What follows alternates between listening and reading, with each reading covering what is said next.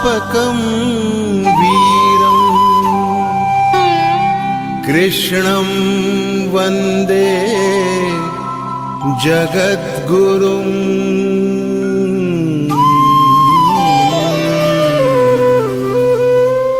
ईश्वर भक्ति भाव से बहती संस्कारों की धारा, भारत माँ की सेवा में गीता परिवार हमारा, गीता परिवार हमारा।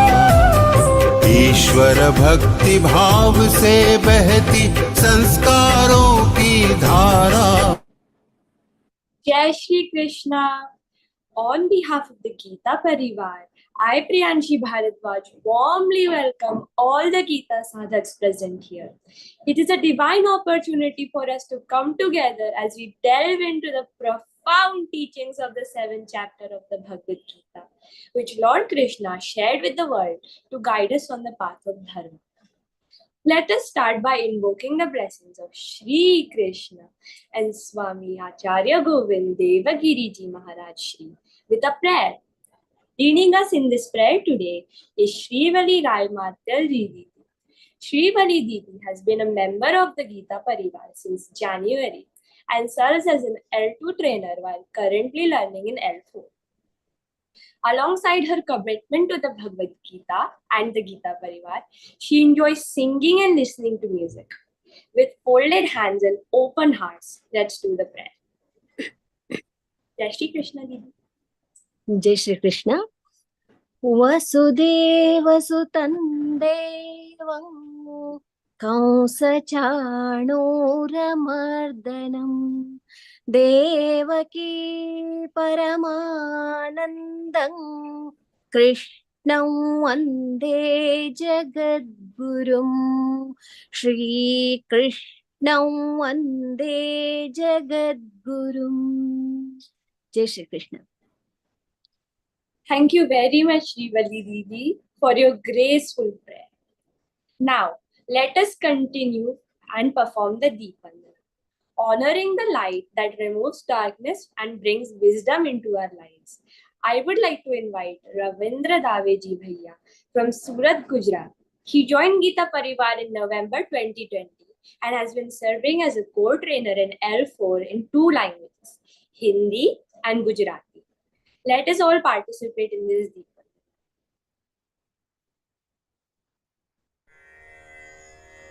निषिद्धैरप्येभिर्लुलितमकरन्दो मधुकरैः करैरिन्दोरन्तश्छुरित इव सम्भिन्नमुकुलः विधत्तां सिद्धिन्नो नयनसुभगामस्य सदसः प्रकीर्णः पुष्पाणां हरिचरणयोरञ्जलिरयम् शरदिन्दुनिभां शुभ्रां शुभ्रवस्त्रैरलङ्कृतां कलहंसकृतावासां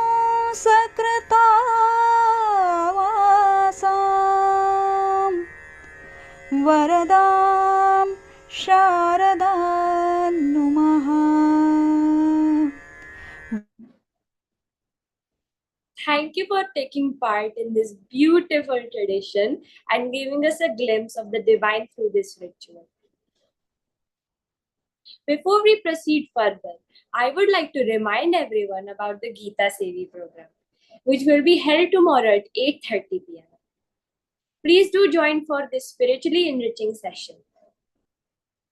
Now, it is time for the Vivechan. We have the privilege of hearing the Vivechan from Vikas Vaidya ji Bhaiya, based in Pune. Vikas Bhaiya has been a dedicated trainer in Geeta Pariwar, guiding students from L1 to L4 and contributing to the selection and training of future trainers. He also recites all 18 adhyayas of the Bhagavad Gita every day, a practice he has upheld for over 5 years. Additionally, Vikas ji received the first prize for his excellence in the Geeta Kanthasth exam from Shrungari Peeth, presented by Param Pujya Jagat Guru Shankaracharya ji. Today, he will enlighten us on the wisdom of the 7th chapter of the Bhagavad Gita. Let us all listen attentively to his words. जय श्री कृष्ण।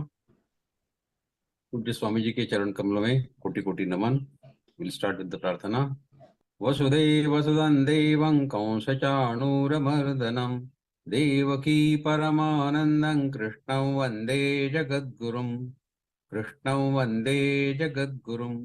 जय Shri Krishna. We are studying adhyay 7 Gyan Vigyan Yog. Last time we had taken up to shloka number 20।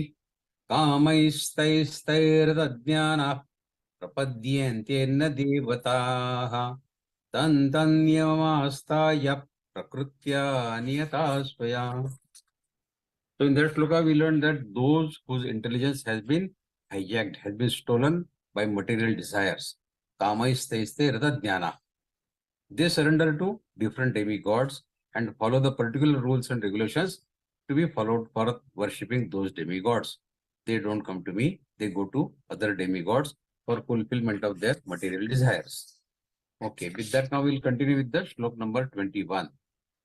Yo yo yayantanum bhakta shraddhaya arjitamichhati tasya tasya chalam shraddhan tameva vidadamyaham. Ya means whoever, yam, whichever, tanum, the form of demigod, bhakta is devotee, shraddhaya, with faith, architum, to worship, ichhati, desires, tasya, to him, achalam, steady, shraddham, faith, tam, that, eva, surely, vidadhami, is to give. So Paramatma says that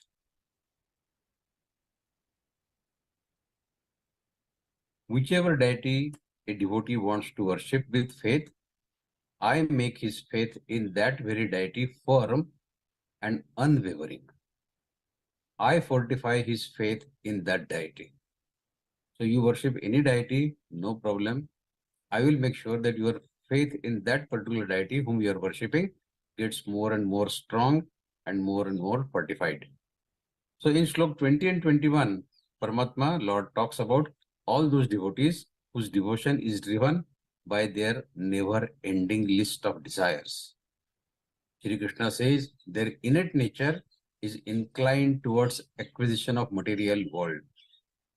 How to become more rich, how to become more successful, how to become more famous. Look at the politicians or the cine actors. They always are after managing the media to remain in news by hook or by crook. In Mahabharata, there is an incident involving Yudhishthira and Yaksha. The story goes like this. The Yaksha asks Yudhishthira to answer a series of questions correctly, or he too would be killed like his brothers had been killed by the Yaksha. One of the questions the Yaksha had asked to Yudhishthira was, what is the greatest wonder in this world? Yudhishthira gave a very beautiful answer. He said, although everyone knows that the death is inevitable, unavoidable end of life, yet everyone lives as though they will never die. Can there be greater amazement than this? Despite knowing the certainty of death and uncertainty of its timing, all efforts are geared up towards tightening the grip of the material bondage, of the worldly bondage, and no tries, no endeavors are taken towards one's liberation. Now, is not that incredibly amazing? This is what is meant by destruction of knowledge and corruption of intelligence. All that is why, and that is the reason why people keep pursuing fulfillment of their never-ending list of worldly desires, kamanas. Furthermore, they involve deities in acquisition of those worldly objects. I worship you, you give me this kamana fulfillment. They follow all the prescribed rituals in appeasing those deities. For example, chanting certain mantras several thousand times, donating something, observing fast on certain days, wearing clothes of a particular color, etc., etc. These are the rules stipulated for worshipping those particular devotees. They do this because they have immense faith that their deity will fulfill their demand. All such people who in a way turn their back on the formless, eternal, supreme Parabrahma, and they run after those deities who are going to fulfill their kamanas, their desires. Instead of worshipping all types of deities with the motive of desires fulfillment, the Lord says, in essence, it is I who give them the fruits through me, no issues. They go to their own deities, no problem. I fulfill their demands. I give the results, fruits of their worshipping those deities. Now there are some who seek the boon of immortality. This is what the demons like Hiranyaksha sought. Instead of seeking ways to remove the fear of death through the wisdom of knowledge, they say, hell with the knowledge. Why we should need knowledge? I would rather be immortal, Amar. But the Lord says, you cannot attain any such boon. The Lord said to Hiranyaksha that you cannot become immortal like this. So then in return, Hiranyaksha said, okay, in that case, at least grant me a wish whereby I will not die in the following situations, neither during the day nor during the night, neither inside nor outside the house, neither at the hands of a man or an animal, neither on the ground nor in the space.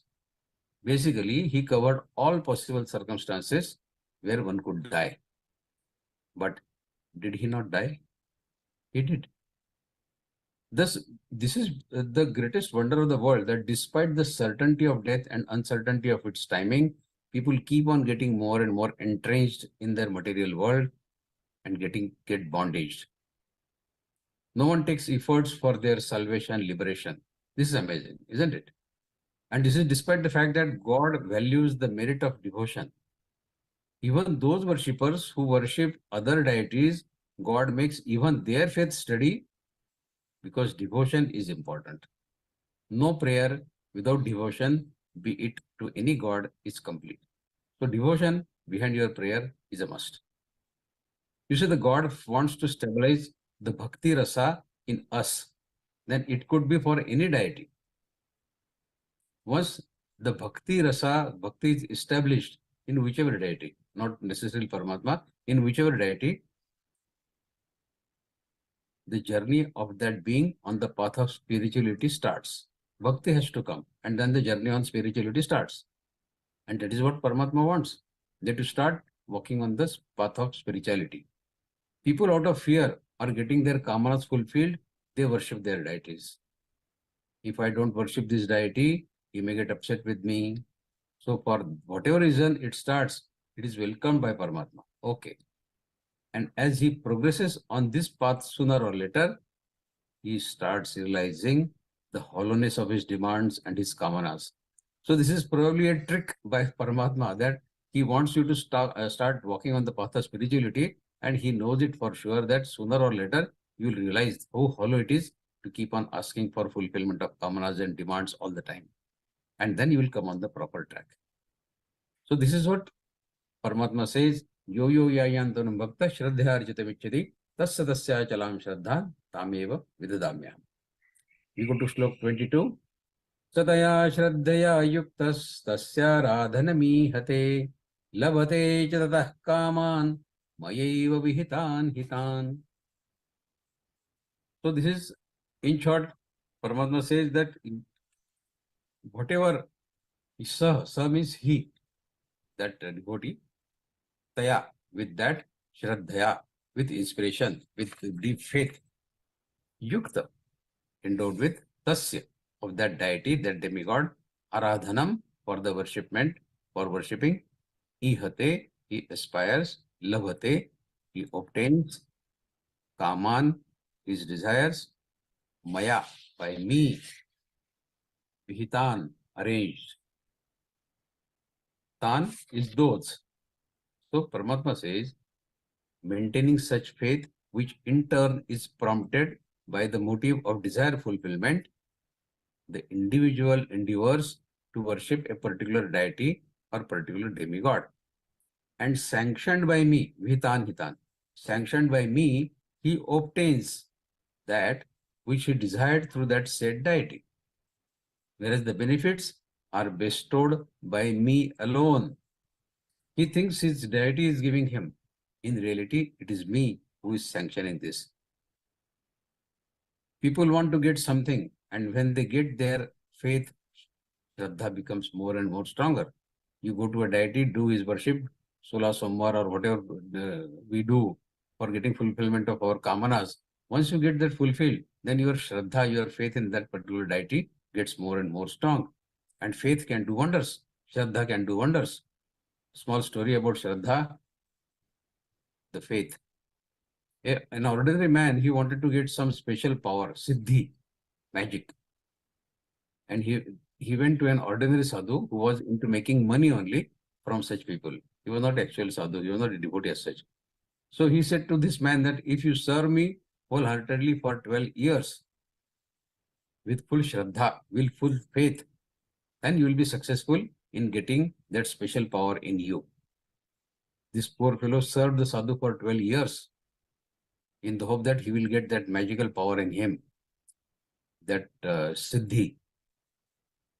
When 12 years were over, he said, Guruji, can you please teach me the techniques of acquiring that special power, that siddhi? The sadhu said, oh, my dear, now that you have already served me for 12 years, you already have got that power in you. Now you can even walk on water, you see. So the disciple, that fellow was surprised. He said, can I walk on water? Yes. Getting extremely happy, that man went running to the river in the village and he put his first foot on the water, and really he could walk on the water and reach the other shore. Sadhu was shocked. He was watching all that. He was shocked and he thought, if my disciple, my Shishya can do this, I can certainly do this. He rendered service to me and he can do it. Then there is no reason that why I cannot do it. I should also be able to do it. And then he kept his first foot on the water. And then what happened? He went down the water instantly. Because he had no Shraddha, no sadhana. That poor fellow had Shraddha in his Guru. Whether that Guru was really worthy of it was a different issue. But Shraddha can do wonders. So Paramatma says that I reinforce your Shraddha in your particular deity by granting you whatever you have asked, requested that deity to give you. Fulfillment of Kamana is done by that deity, but ultimately I am sanctioning that. It is like in corporate sector, you see. A man is to get promotion from supervisor to some assistant manager or something.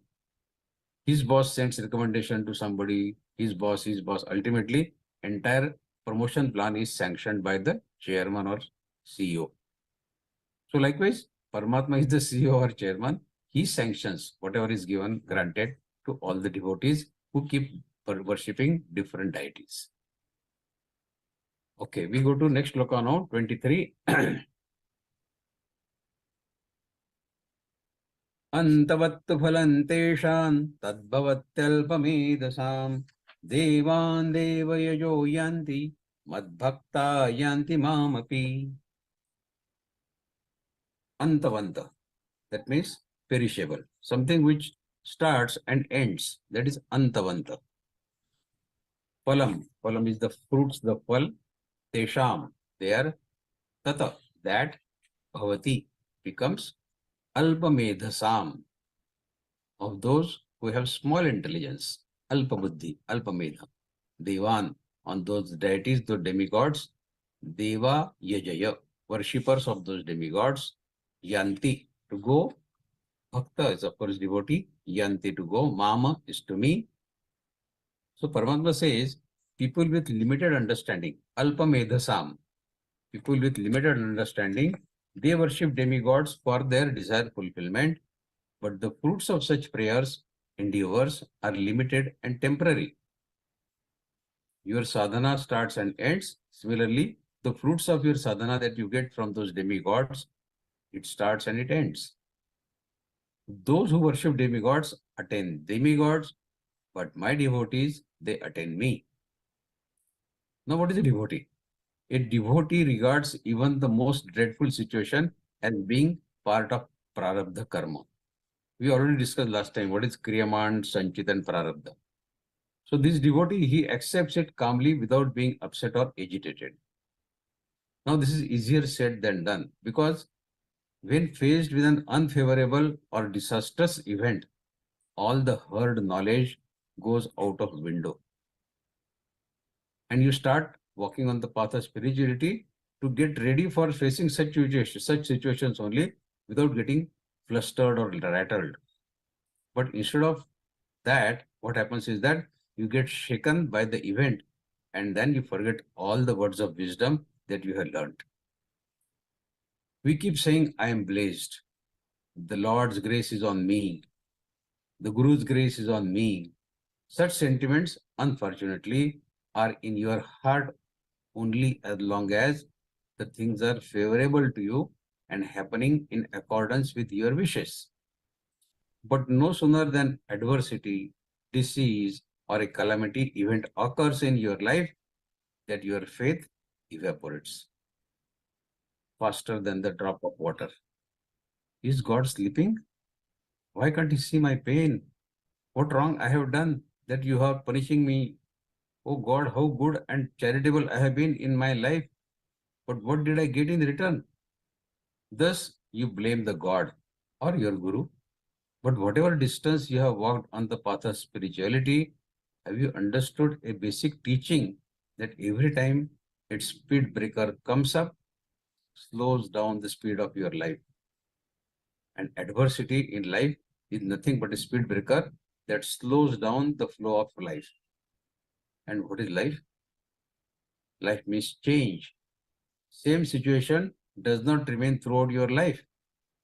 It is a mixed bag of happy and unhappy events.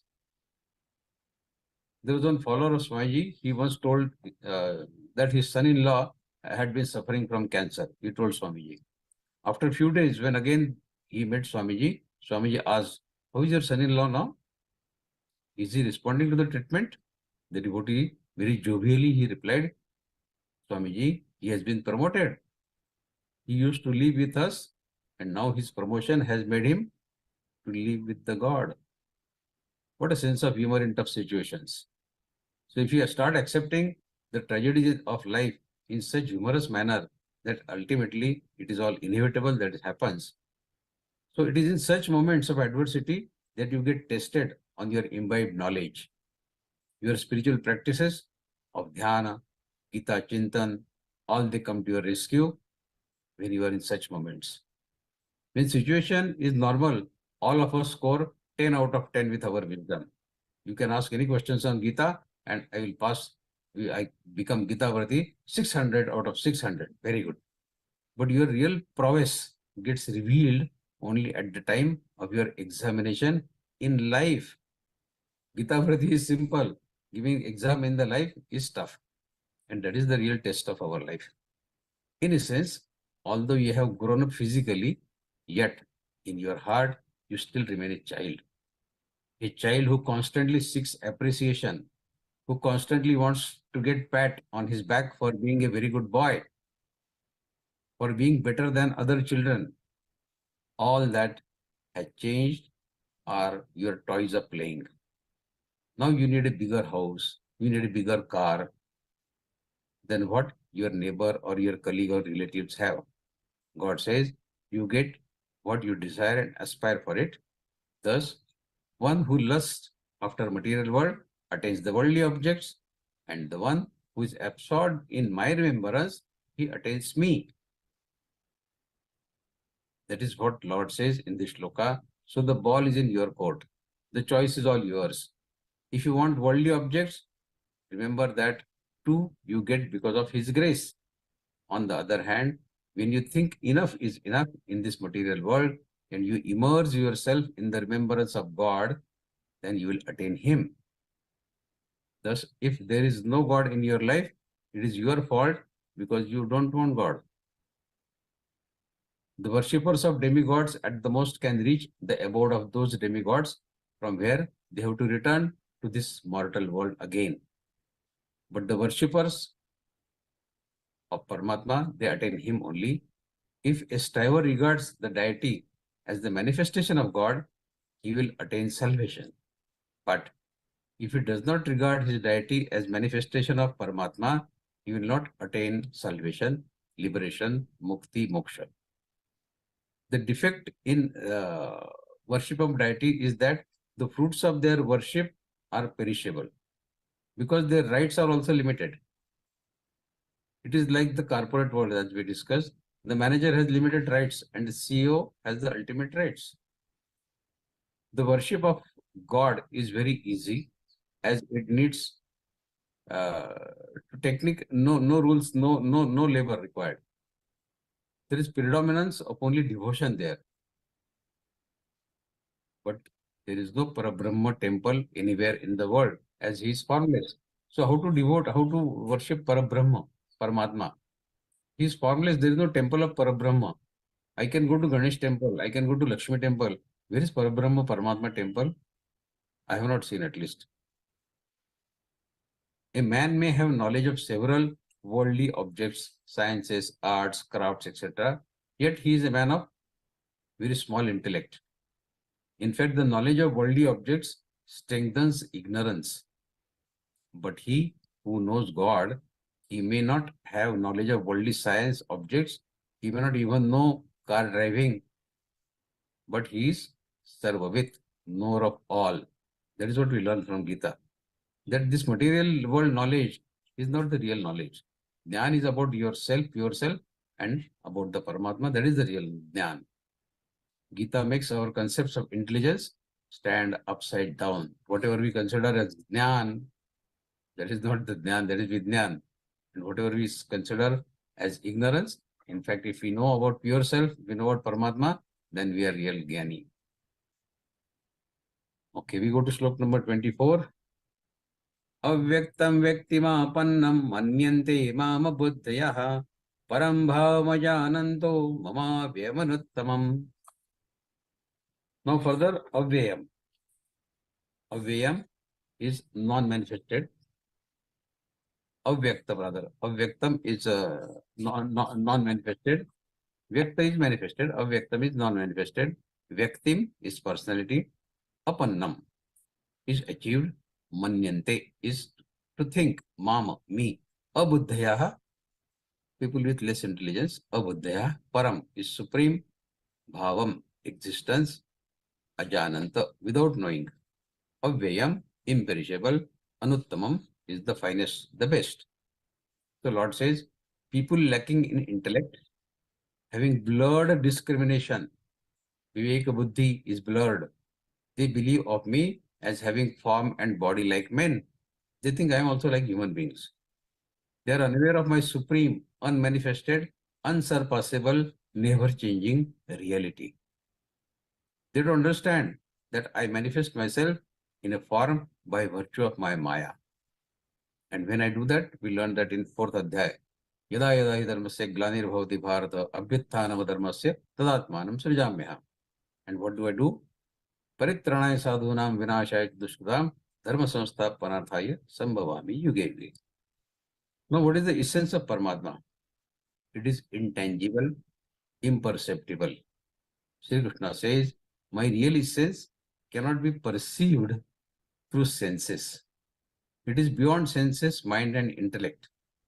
I am indestructible, I am imperishable, I am eternal, whereas the senses, the mind, the intellect are all destructible, perishable. So how can you know the indestructible Krishna through destructible senses, mind and intellect? The only way to know Krishna is by making prayers. The Lord says, you can understand me by praying for me. Now, what is a prayer? A small story about prayer. A person once saw in the dream that he has arrived in the Swarga, paradise. On reaching the Swarga Loka, the divine atmosphere there, he gets immersed in that pleasant surprise. His heart fills with incomparable joy on seeing the atmosphere in that heaven, in Swarga, and the beautiful view that surrounds him. Just at that time, he saw the Lord himself, God himself. God comes and welcomes him. And he accompanies him to see around the heavenly world. While traveling around the heaven with him, the Lord shows him special places, also telling him their importance. The Lord comes and stops near a grand and beautiful room and says, from this room, we can see everything that is going on the earth. Come, let us see what is happening in your village, in your town right now. It was a pleasant Sunday morning. All the skies were slightly sunny. The whole temple was packed with people coming for prayers, with more and people coming, and everyone was praying to the Lord. The musicians were also playing music on harmonium, tabla. Their fingers were dancing swiftly on the keyboards and tabla. The keyboard keys were moving up and down rapidly. The whole scene was visible very clearly, like a movie. But the sound of prayer could not be heard. The man got confused. He said to the Lord, I can see everything clearly. The fingers are moving on the keyboard, that also I can see. The keys on the hand moving on tabla, that also I can see. I can see people dancing also in full devotion. I can see everything. But I can't hear the sound of prayer. The Lord says, you are right. Those who do not pray from their heart, their voices are not heard here in this Svargaloka, in this heavenly world. So prayer is an effective way of communicating, contacting or building relationship with the God. The words of prayer should be such as to awaken a feeling in us. Once the emotion is awakened, words are no longer needed. But the prayer should be there. And Lord already says, Manushyanam sahasreshu kashchidati siddhaye yatadamam siddhanam kaschinma viddatpataha. Hardly 1 in thousands they understand all this. And out of those who understand, hardly one of them can reach me. So it is not so very common to reach Paramatma. We go to next sloka now, 25th. 25th sloka, Paramatma says, Naham prakasha sarvasya yogamaya samavritah mudho yanna vijanati loko mamajam avyayam. No means not, nor. Aham. Aham is I. Prakash. Prakash is the manifested form, visible. Sarvasya, to everyone. Yogamaya, the eternal potency of Paramatma, Yogamaya. Samavrita, getting covered. Mudha, foolish. Ayam, these. Abhijanati, can understand. No abhijanati, cannot understand. Loka is people. Mama, me. Ajam, ajam is unborn. Avyayam, that is imperishable. So Lord says, being concealed by my Yoga Maya, being concealed by my Yoga Maya, I am not manifest to everyone. Everyone cannot see me because I am covered by my Yoga Maya. The ignorant are unaware of my real essence and therefore they do not know that I am unborn and I am indestructible. See, every year on the occasion of Janmashtami, people celebrate the birthday of Shri Krishna. And here, Shri Krishna says clearly that he is unborn.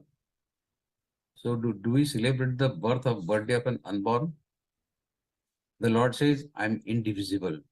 I am not confined to one particular space. I am boundless. I am limitless. I am beyond the concept of space and time. Shri Krishna says, Yoga Maya, it camouflages my infinite essence in such a way that human beings remain unaware of my real nature. My real nature gets covered with my Yoga Maya. People keep playing with my Yoga Maya only and they never penetrate that Maya and reach me. I am intangible, hence unmanifest to ordinary perception. After all, how can you perceive the imperceptible? What is the first condition for complete transformation? How can you become completely transformed? You have to be empty. Whatever material desires are there in your mind, you have to make your mind empty of everything. Empty your mind of half-cooked knowledge what you have gained. Again, a small story. Once upon a time, a young man looking for a maestro with desire to master the music. He came across with a great music teacher and he said to him, "You are a great teacher of music. I have keen interest in mastering the music. Actually, music is life for me. So I request you to please teach me the music." The music teacher said, "When you have so much desire to learn music from me, definitely I will teach you." Now the young man asked the maestro, the teacher, "What will I have to do in return for this?" The teacher said, "Not much. Just give me 100 gold coins." 100 gold coins? That is too much. And I already know little bit of music. I don't have to start from zero. I know some bit of music already. But okay, I will give you 100 gold coins. To this, the teacher, the master, he replied, "If you already have a little knowledge of music, then you will have to give me 200 gold coins for learning music from me." The young man was surprised. He asked in astonishment, "Master, that is so strange, perhaps beyond my logical comprehension. The price increases for lesser work. I know some music and you say, if you know some music, I will charge you more." Then the teacher replied, "How is the work less? First, I will have to make you forget, that is, unlearn what you have wrongly learned. Then I will have to start teaching anew to learn something new, something useful, and something important. First of all it is necessary to empty your mind, to clear it. Otherwise, it will not be able to absorb that new knowledge. This is especially important for development of creativity and for self-realization. If you want to have self-realization, you have to empty your mind of all the thoughts that you have. Because it is impossible to put anything else in an already filled container. If the mind is already occupied with so many worldly desires, how can you put your self-realization thought in that? Very difficult, almost impossible. So it is better to have no knowledge than to have incomplete knowledge. To learn, it is always necessary to be empty. And to achieve anything in life, whether in physical or spiritual, first of all, we will have to simplify our intention, our motives, or objectives. So empty. Let us remember this word empty. You have to empty your mind of all material thoughts. Then only we can probably think of learning self-realization. Slok 26. Vedaham samatitani vartamanani charjuna bhavishyani ja bhutani mantu vedana kaschana. Now Paramatma is giving a complaint to us. Paramatma says, "Vedaham samatitani vartamanani charjuna bhavishyani ja bhutani mantu vedana kaschana." Veda means to know. Aham, I. Samatitani, completely past. Vartamanani, the present. Bhavishyami, the future. Bhutani, all living entities. Mama, me. Tu means but. Veda is to know, question, anyone. So Paramatma says, "Arjuna, I am the knower of everything. Vedaham samatitani. I am the knower of everything, be it past, be it present, or be it future. Vedaham samatitani vartamanani cha Arjuna. Bhavishyani cha bhutani. Of everyone. I know all things and all beings, but no one knows me." This is a complaint Paramatma is making to us, that I know everyone, his past, his present, his future. We learned this in 11th Adhyaya Bhagavad-Gītā, when Arjuna was shown the Virat robe. Arjuna could see the future also in that Virat robe. What is going to happen to Pitama, Bhishma, to Karna, to Duryodhana? He could see it in that Virat robe. Paramatma had said, "Whatever you want to see, okay, you can see it." So Arjuna could see the future also. So Paramatma says, "I know the future, past, present of everyone, but no one knows me." How is it? It is like, we watch a movie in a theater for say 2.5, 3 hours. And in that small time, we see the past, present, and future of heroes comprising of his 70 to 80 years of life in a small time slot. The movie starts typical with two small kids getting separated at the time of birth. One is raised by a police officer, or another is raised by a smuggler or some criminal. And then they become young, and then they fall in love with some girls and they start dancing. Then they get married, they produce their children, blah, blah, blah, blah, blah. Big, long story. It goes on for 70, 80 years. We see that entire span of their 70, 80 years in just couple of hours on their screen. So we are watching their past, we are watching their present, and we are watching their future also. Similarly, God is watching us. For God, there is no time. He is beyond time. He is Kalatit.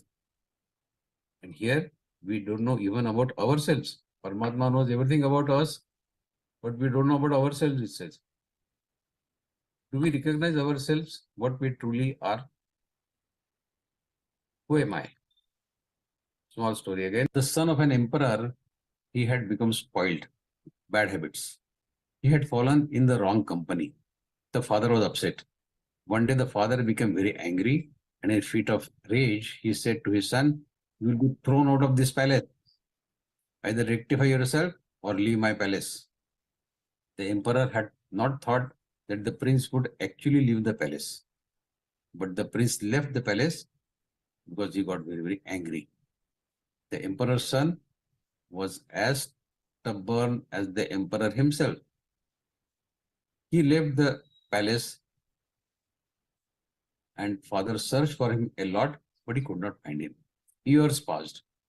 The old father's eyes had blurred now as he wept so much. He had only one son. The entire empire was for him. The father used to repent a lot. Why did I fire my son like this? But that in what unfortunate moment did I utter such words that I will throw you out? I should not have said this. Nearly 20-25 years passed by waiting like this. One day, a beggar was begging outside the emperor's palace.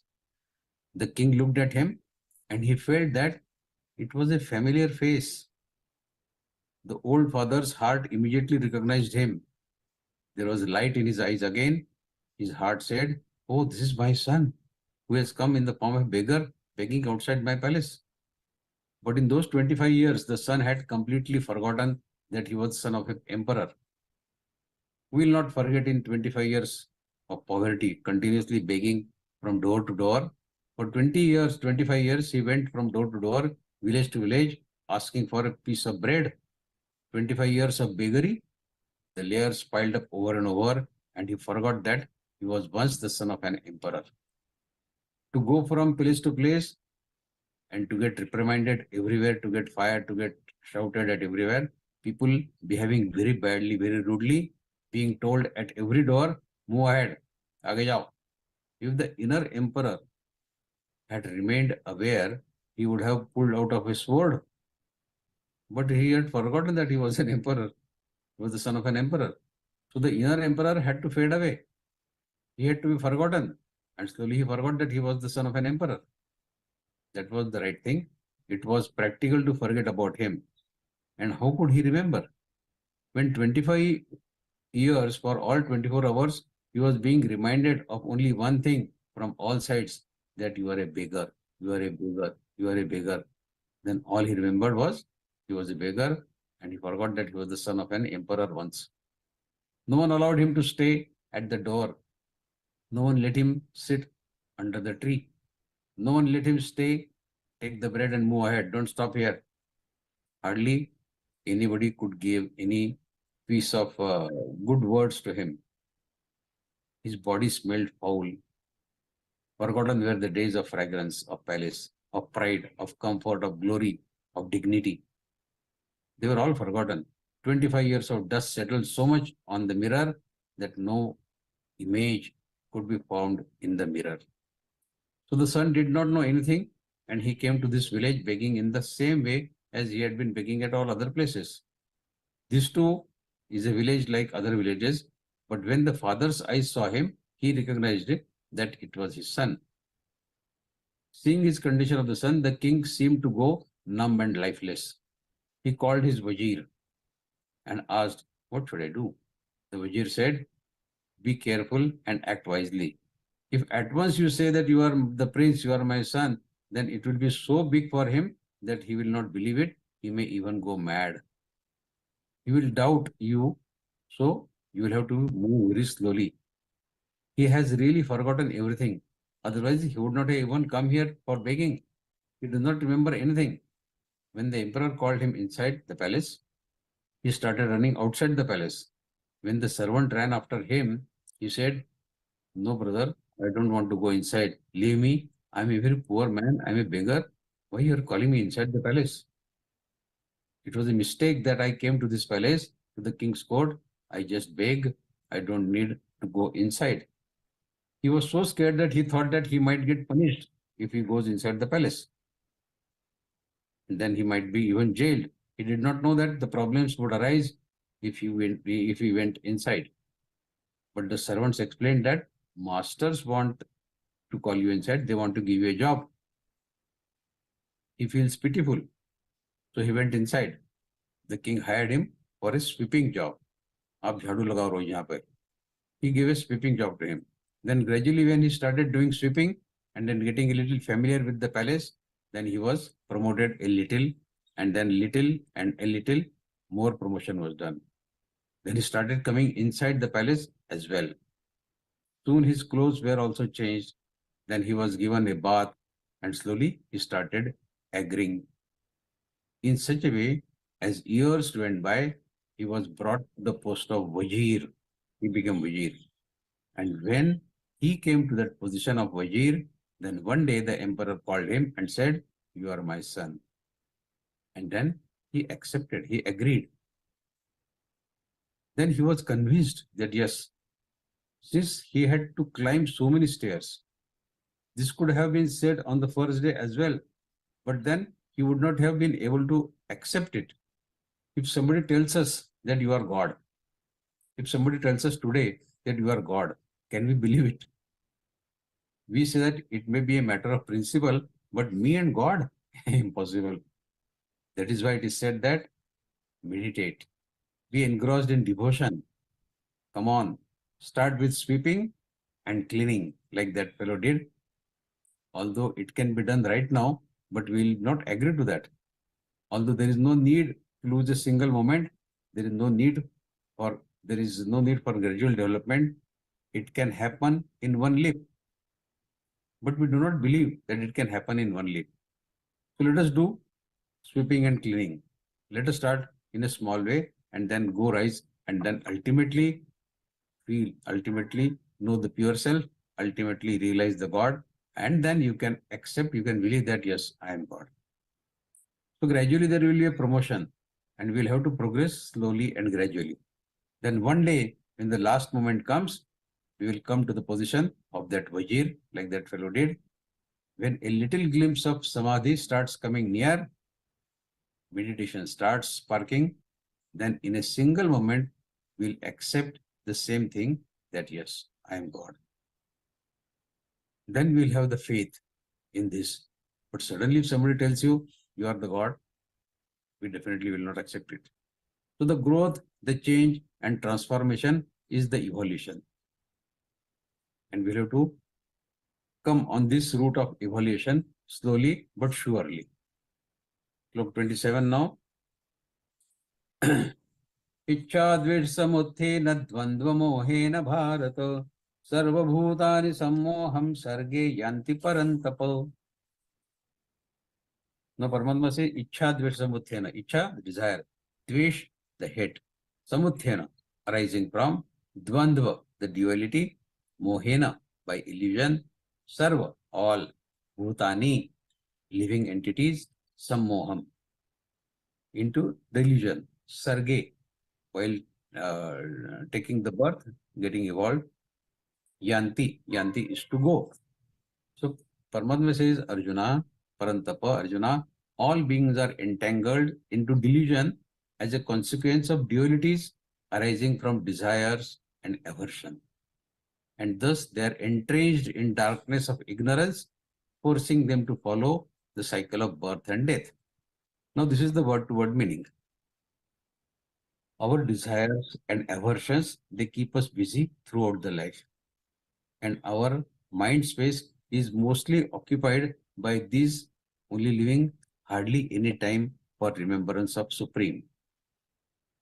I keep giving this example. Last time also I gave that if I am taking tea in the morning 7 o'clock every day, one day I don't get tea at 7 o'clock, I get angry with my wife. I start thinking many different things in anger, that I do so much for my family. My family doesn't take care of me. They don't give me even a simple cup of tea in time. all blah, blah, blah, blah things, angry. But after 10-15 minutes, when the wife comes with a smiling face, and then when she gives me the cup of tea, I fall in love with her again and say, oh my God, you brought the tea. Then wife explains, yesterday we had guests, all sorts of things, coffee we made, there was no milk and all that. I walked down to the next corner, bought milk and then made tea for you. So then again, started liking my wife. So, but this kind of dvandva in mind, a moment of anger, another moment of love, another anger of hatred, love, hatred. Is this the way we are supposed to live our life? Are we not wasting our precious time in playing with these emotions? Can we not do away with small things happening in life and keep our mind fully occupied only with the remembrance of Paramatma? Sagun, Sakar, Nirgun, Nirakar. Whether I should spend time with my friends or I should spend time in Adhyatma. Krishna was one, or Krishna, there were two Krishnas. The Krishna who was in Vrindavan playing with gopis and Radha was different than the Krishna who told Geeta to Arjuna. Some such useless dvandva in the mind. The useless thoughts keep us busy and take us away from our Lord, and that ultimately results in the birth and death cycle. We have little time for Paramatma. What do we want from life? And are we looking for what we really want? Are we looking for what we actually want? An old group met a long time after leaving the college. All of them were earning a lot of money with good career. They met at their favorite professor's home. The professor started talking about their work. Slowly, the conversation led to the topic of increasing stress and work pressure in the life. It happens usually. Everyone was of the same opinion on this issue, that yes, the life has become very stressful.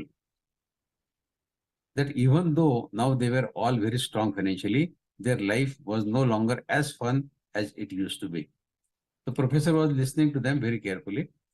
He suddenly got up and after a while returned from the kitchen and said, "Dear students, I have prepared hot coffee for you. But please, all of you, go to the kitchen and get the cups for yourself." So the boys went inside quickly. With a variety of cups were there kept inside the kitchen. Everyone started picking the best cup for themselves. Some of them picked up beautiful crystal cup. Some selected porcelain cup. Some picked up a glass cup. When everyone had coffee in their hands, the professor said, "If you have paid attention, you all chose the cups which were good looking, expensive, and did not pay attention to the ordinary looking cups. Whether on the one hand, it is normal to want the best for yourself, on the other hand, it brings the problems and stress in your life. It is for sure that the cup does not change the quality of coffee. It is just the means through which you drink the coffee. Basically, what you need was just coffee, not the cup. But still, you all went after the best cup. And after taking yourself, started looking at the cup of others. I have got this cup. Which cup this fellow has got? Now listen to this very carefully. Life is just like coffee. Our jobs, our money, our position are like the cups. They are just the means of living life, not the life itself. And what cup we have does not define our life, or nor does it change our life. That is why worry about the coffee, not about the cup. The happiest people in the world are those who have the best of everything. The happiest are those who make the best use of whatever they have. So the happiest people in the world are not those who have the best of everything. You may have the best of everything, but even then you may not be happy. Otherwise, all rich people would have been happy. The happiest are those who just make the best use of whatever they have. They enjoy and then they live the life to the fullest. So happiness does not depend on the external factors. We must balance our dependence on the external sources of happiness with some other more permanent sources of happiness, which is inside, not outside. Okay, Shlok 28. Yeshan dvandagatam papai jananam punyakarmanam te dvandvamoha nirmukta bhajante mandrudavrataha. Yeshan dvandagatam papai jananam punyakarmanam te dvandvamoha nirmukta bhajante mandrudavrataha. Yesham, whose andagatam, completely eradicated, vanquished, finished. Papam, the sin, jananam, of the persons, people, punya, pious, pavitra, karmanam, whose previous activities, dvandva, of duality, moha, delusion, nirmukta, free from, bhajante, getting engaged in devotional service, mam, to me, dhradavrataha, with determination. So Krishna says, but those performing various virtuous, sattvic, good acts, not prompted by any hidden desire, whose sins have been destroyed and who are free from delusion of duality, such beings are resolutely devoted to me and steadfastly they worship me and me only. This is the word-to-word meaning. Now, how can one, his sins can be eradicated? How can you remove your sins? How can the sins be eradicated? Well, by performing the nishkam karma, carrying out all virtuous acts and offering them to the Lord.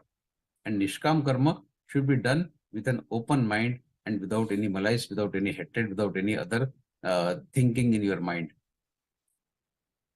When we ask for something with a hope in our heart that I will get this what I am asking for, and when we get a no in the reply, what is the condition of our mind in that moment? Our karma does not remain nishkam. We are always expecting something, but when that thing does not happen, what kind of thoughts come to our mind? Once a bird was looking for a shelter to lay eggs in the rainy season. So she saw two trees and went to seek the shelter from them. When she asked the first tree, it refused to give her the shelter.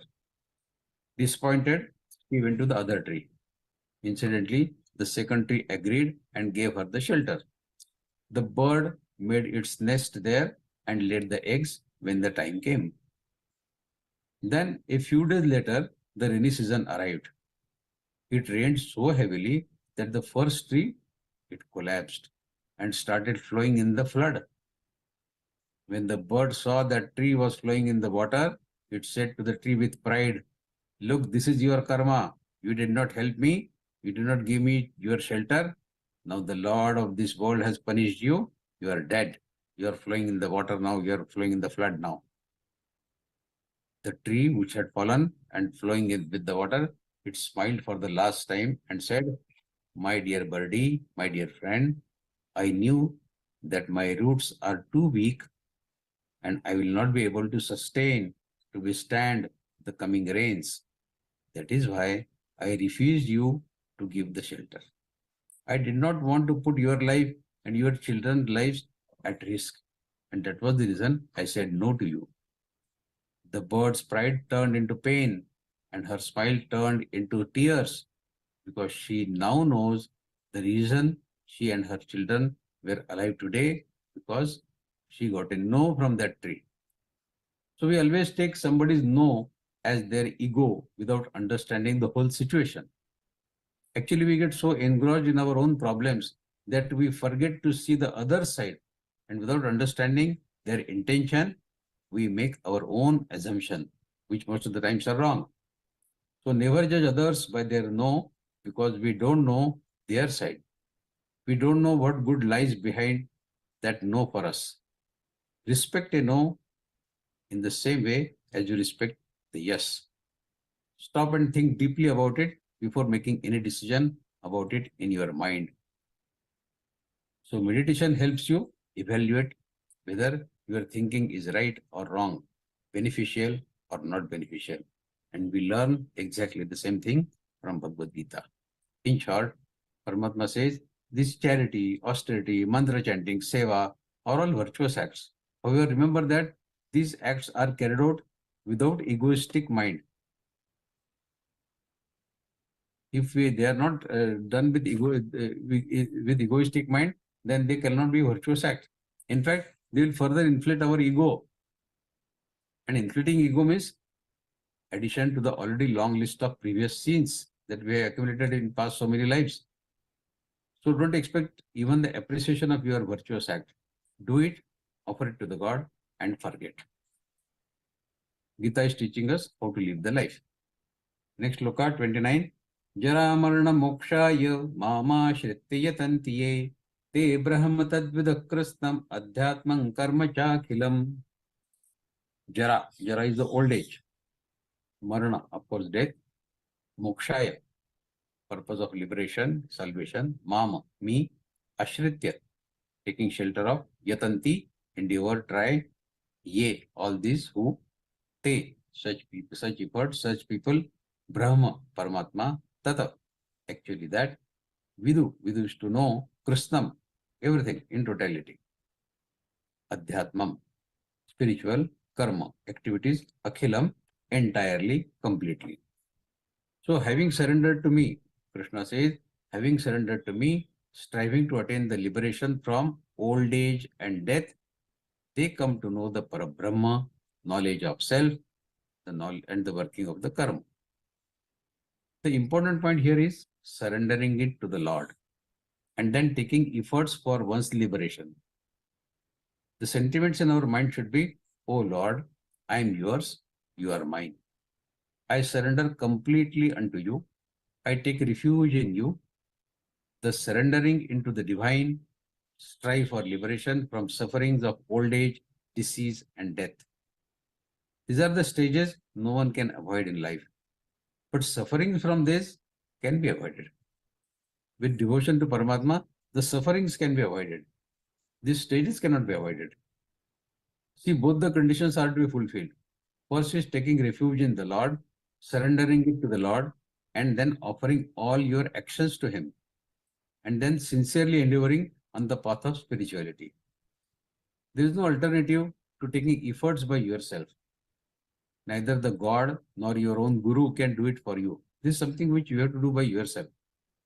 By surrendering it to the God, you are in effect relinquishing your I. Then all actions are done with the sentiment that the Lord is doing the actions through this body, through this mind, through this intellect. God, it is you who enables me to do singing your praise, doing vision, doing chanting, all other virtuous act. It is you who is making my mind peaceful, and it is you, God, who is enhancing my sattva guna.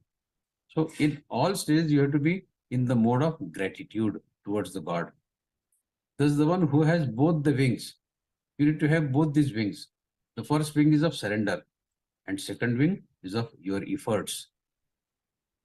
So the one who has both these wings of surrender and efforts, he alone can go high and touch the ultimate, the pinnacle of spiritual evolution. Now, how do we develop our inner strength, our inner capacity? There is a small story of Socrates. Once a great philosopher, we know about Socrates was a very, very great philosopher. So this Socrates was sitting and having discussion with his disciples, with his shishas. At that time, an astrologer came there.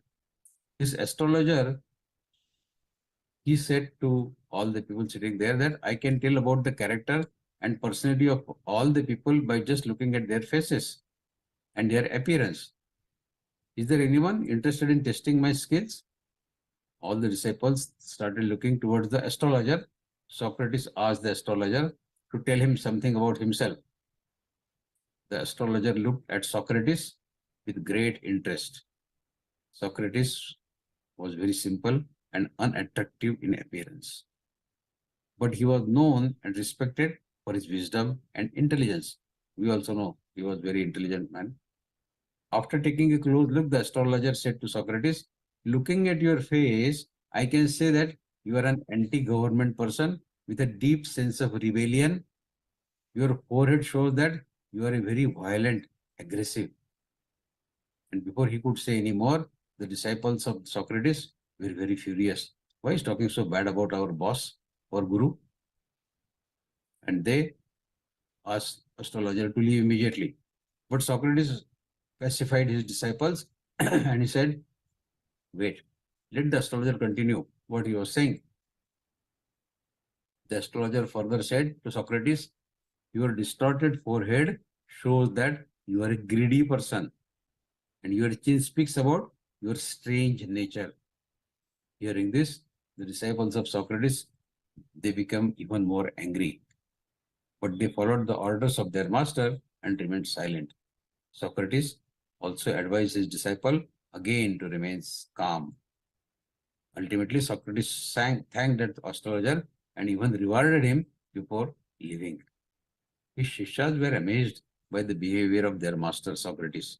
They asked their Guru, Guruji, why did you reward the astrologer who insulted you in such bad words? He spoke lies about you, untruthful things about you.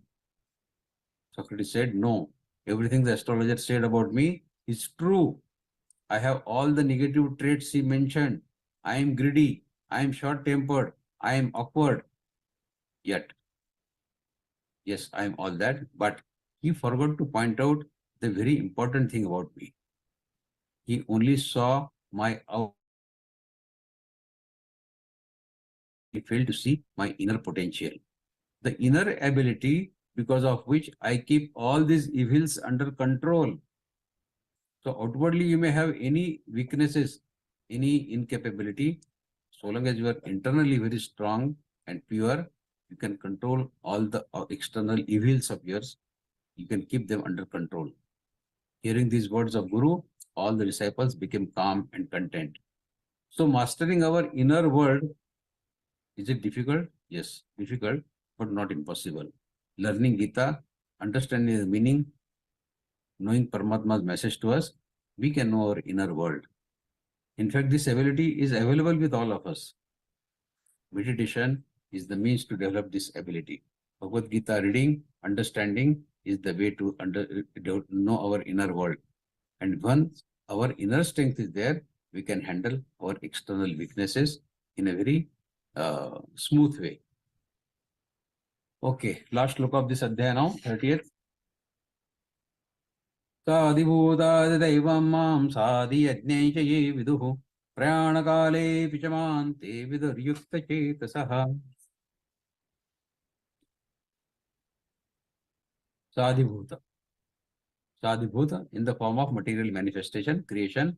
Adhidaiva, the creator in the form, that is the creator of this Srishti, that is Brahmadeva. Adhiyajna, Lord Vishnu, who pervades everywhere. Mama, me. Vidu, Vidu means no. Prayanakali, at the time of death. Api, even. Mama, me. Te means they. Yukta chetasaha, their mind are engaged in me. Yukta chetasaha. So Lord says, Paramatma says, he who knows me as Adhibhut, Adhidaiva and Adhiyajna. The mind of such a jnani is steadfastly absorbed in me and he attains me even at the time of death. This is the word-to-word meaning. Incidentally, this shloka is also the beginning of 8th adhyaya.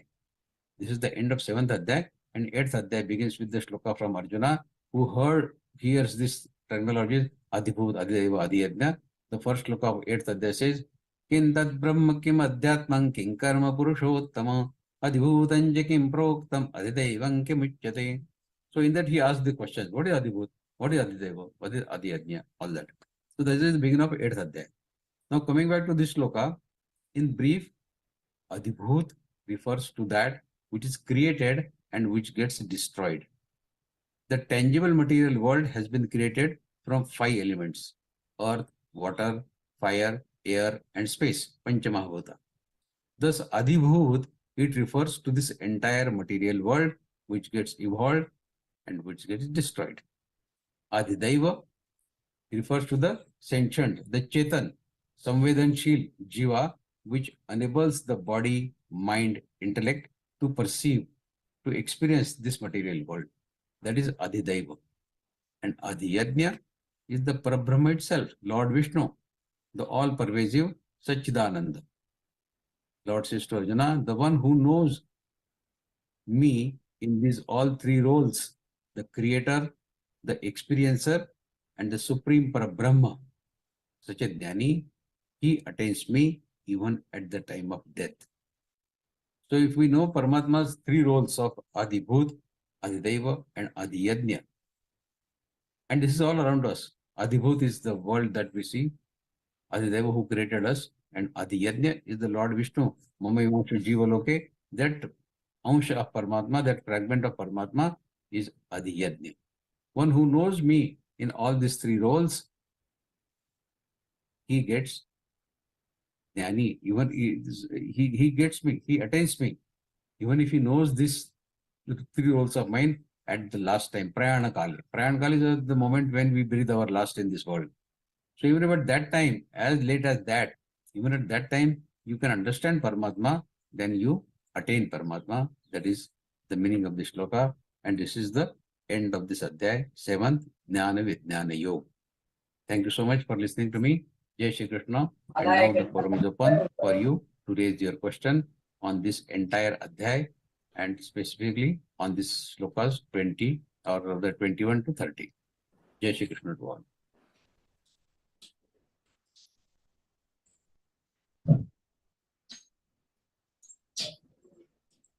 Thank you, Vikas Bhaiya, for your insightful vision. Your explanation of the 7th chapter has brought us closer to the understanding of the essence of Lord Krishna's teachings. And we are grateful for the knowledge you have shared today. Before we move on to the Q&A session, I would like to once again remind everyone about the Geeta Sevi program. It will be held today at 8:30 p.m. It will be a wonderful opportunity for all of us to deepen our understanding. Now it is time for the Q&A session. If you have any questions, please feel free to ask. Yes, Ramadi. Yes, Jai Shri Krishna. Jai Shri Krishna. I would like to know a little bit more on Adibhut, Adiyajna, and Adidaiva. I couldn't make it properly. Adibhut is the creation. Creation done by Paramatma is Adibhut. The material world is Adibhut. Our body is Adibhut. Something which undergoes through Vikar. It does not remain the same throughout. Yesterday what we were, today we are not that. This universe, what it was 50 years back, is not the same today. So it goes under deterioration every single day. So that is Adibhut. All right. Adidaiva. Adidaiva is the one who created this. Brahmadeva created this. Prakriti created us, our body. So Adidaiva. And Adiyajna is Paramatma himself, who is Sarvasajaham Rizannavishto. In everybody's heart, I am there. Mama Vimamsha Jiva Loke, in every Jivatma, I am established. Right. So that Bhagavan Vishnu, who is in us, is Adiyajna. So Adibhut, Adidaiva, and Adiyajna. Thank you very much.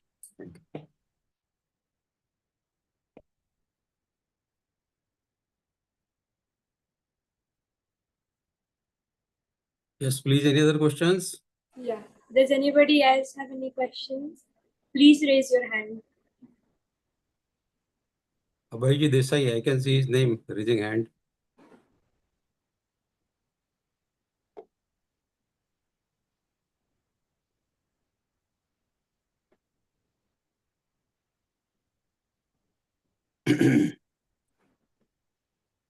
Session, you had given two small stories, I remember. One Yeah. story was about 4 mangoes, Oh yeah. that and was one a- story was about Vikram Sakaria. Now, Vikram Sakaria story, I was able to remember and I understood that very well. Somehow or the other, that 4 mangoes ka thing which you had mentioned, can you please repeat so that, I become a little bit clear on that? Okay, that story was in context with the 4 types of bhakta Paramatma was explaining. That Okay, there okay. are 2 types of devotees who are there. Huh. Chaturvida bhajante mai jana sukrito arjuna arto vidya surarthati jnani cha bharadarshav. There are Okay, 4 okay, types of devotees. One is artha, one is jidnyasu, artharthi, and jnani. And Jnana. So 4 Understood, bhaktas. sir. Understood. Thank you so much. Thank you so much. Yeah. You want to know about that mango story? Sorry, cannot hear you. Yes, Didi. So Jai Shri Jai Shri Krishna. Guruji, actually, want to ask a question about the 6th chapter. I didn't get a chance to ask because I didn't come in this thing. About Sanchit Karma and Prarabdha. This has been troubling me. The thing is, God is everything. Like, He's in charge of our lives. He's eternal. He's the all-pervading deity. So when we say that each one's karma is different and they are born because of their previous lives and actions, isn't He in control of that too?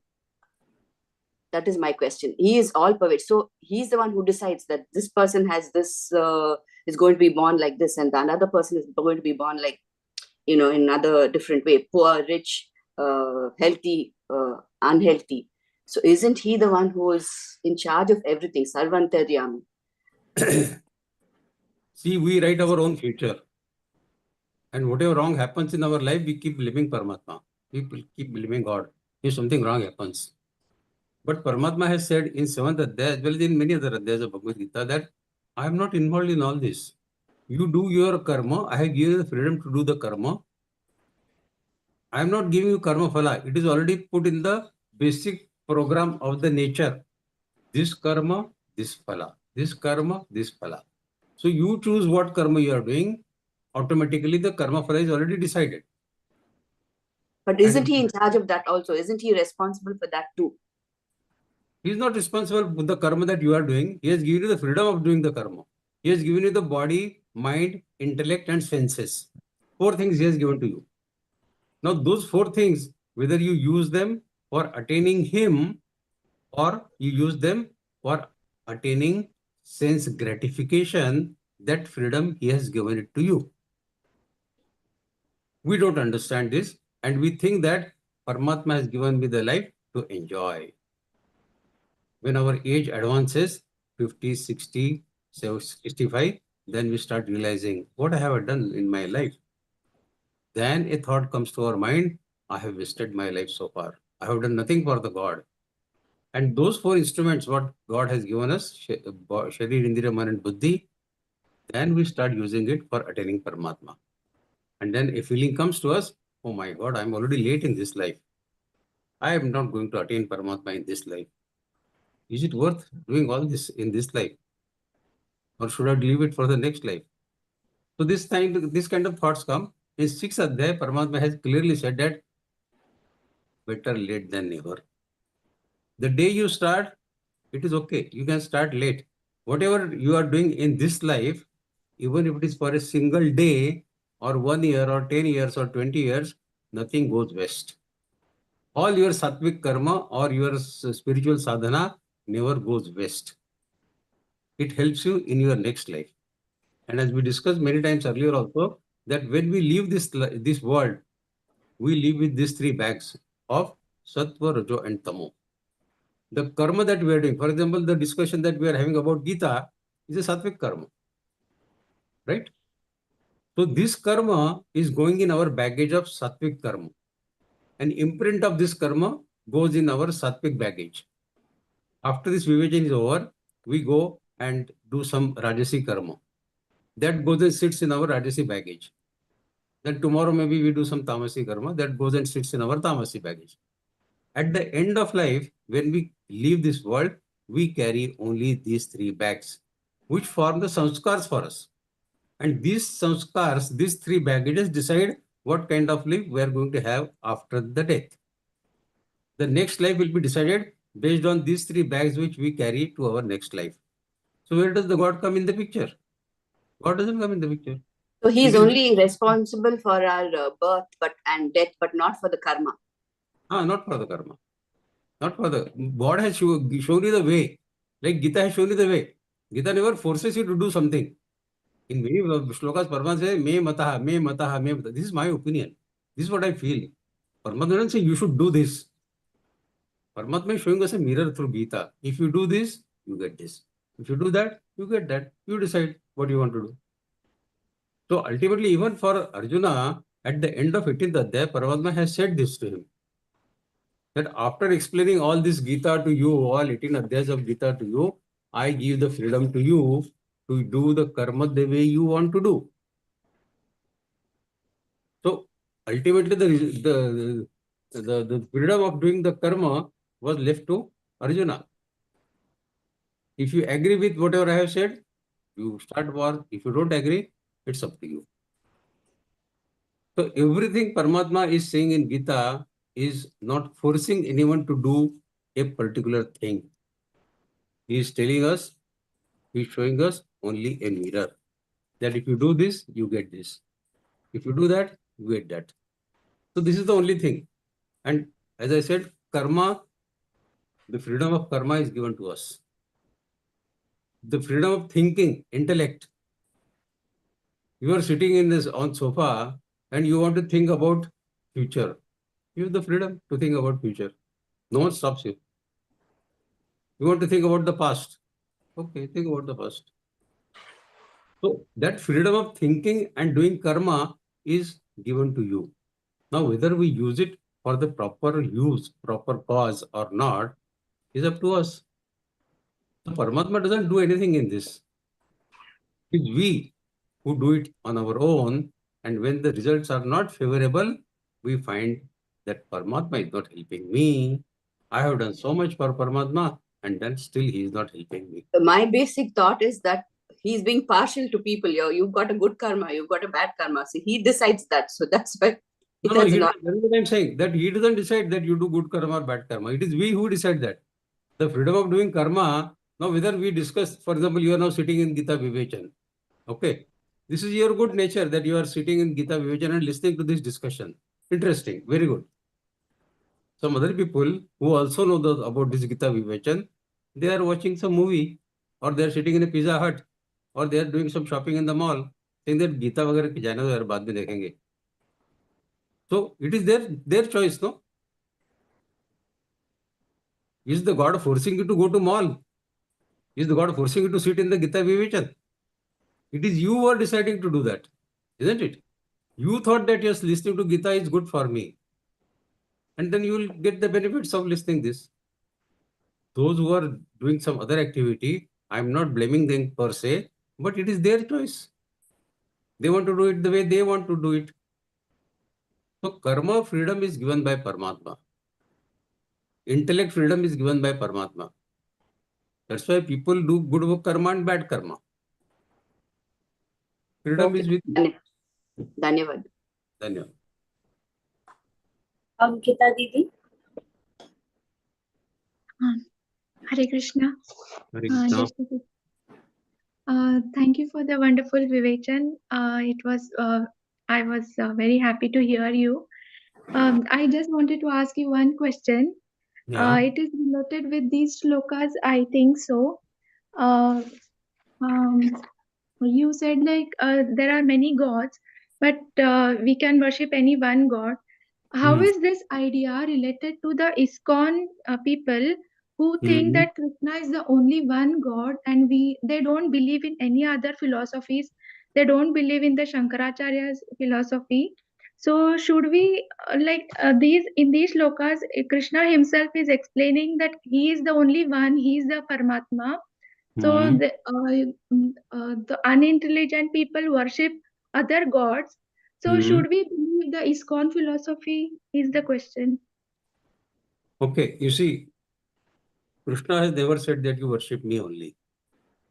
Krishna is in two forms in Gita. One form of Krishna is the one who is driving the chariot of Arjuna. He is like a human being like us, having two hands, two legs, one head, two eyes, 2 ears, like that. That is a manifestation. And after 125 years, Krishna also had to leave his body. Yes. But in Bhagavad Gita, Krishna has spoken through two roles. One role is through his manifested form of Krishna as a friend of Arjuna, as an advisor of Pandavas, and second role is Nirgun Nirakar Parabrahma. So there are many shlokas in Gita wherein Krishna is speaking from the role of Nirgun Nirakar Parabrahma. And that is what he says. That instead of doing your कामैस्तैर्तज्ञाना प्रपद्यन्ते न देवताः तन्तं निममस्थाय प्रकृत्या नियता स्वया. Instead of going to other demigods, go to that Nirgun Nirakar Paramatma. Or if you want to worship Krishna, see that Nirgun Nirakar in Krishna. Okay. If you want to see that Nirgun Nirakar in your Guru, no problem. You can see that Nirgun Nirakar in your Guru also. But remain totally steadfast on that thought, that you are wedded to this thought, and then you will continue to be observing your devotion only for this particular tattva, this particular principle, whether it is Krishna, whether it is Ram, whether it is Guru, your Guru, or whatever. So that is the only meaning. Jnana. But normally what we do, we go to the temple, हाथ जोड़ते हैं, बोलते हैं भगवान हमको ये दे दो, भगवान हमको वो दे दो, भगवान हमको वो दे दो. We keep begging practically. So that is what Paramatma wants to discourage. Don't come here as a beggar every day. If somebody knocks our door every day and say, ₹2 दे दो, ₹5 दे दो, what will say after 10 days? वो घर पे नहीं है, बोल दो उसको. We are not at home. Isn't it?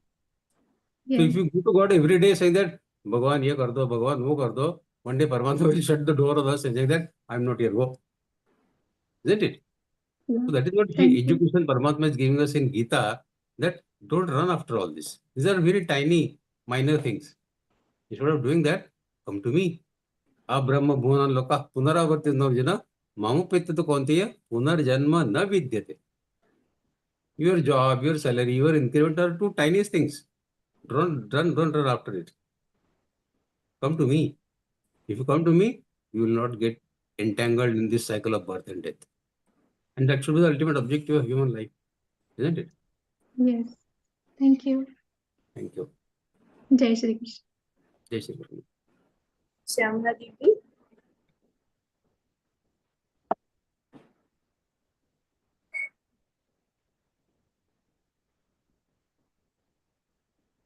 Namaste, sir. Namaste. Sir, just before a few minutes you said good karma or bad karma has to be decided by us, and so on and so forth. Then what is buddhic karma anusare, which says that your karma will be guided according to your buddhi, and you will do that karma which is already destined. How can we link these two, sir, when karma is already, you have to decide that karma, whether it is good karma or bad karma, to be in Bhagavad Gita or go to a mall, to be decided by you. Then that thought process is given by God, and if we are having it, the thought is not guided by our own self, it is guided by Paramatma, for me to go to a mall or for me to be in a Gita class. So buddhic karma anusare, how can we link this to this what you said, sir? Okay, I repeat. God is not telling you to listen to Gita. God is not telling you to go to mall. God is not involved in this. We are unnecessarily bringing God in this. It is our intellect, our wish, our desire, our kamana that we are following through our karma. A thought comes to our mind, to do this, and then we follow that instinct of our intellect, and then we act accordingly. Okay. So what we think is only ours, and it is not God's prerepana, you say.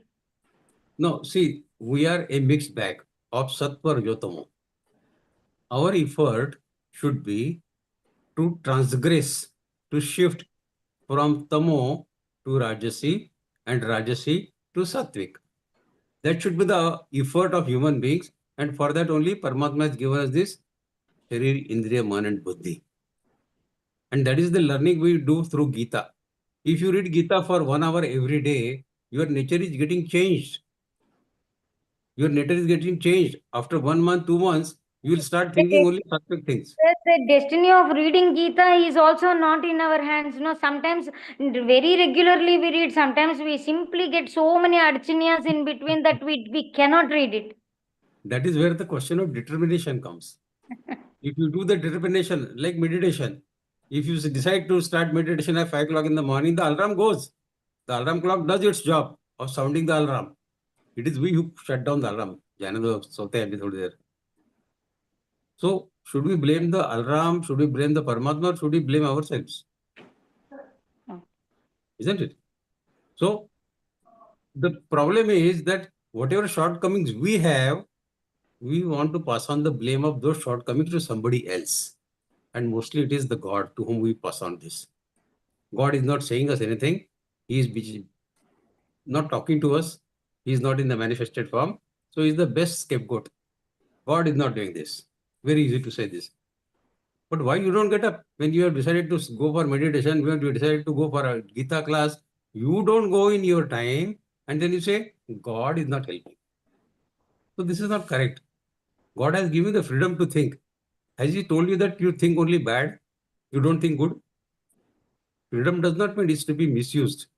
Freedom also means that it should be properly used.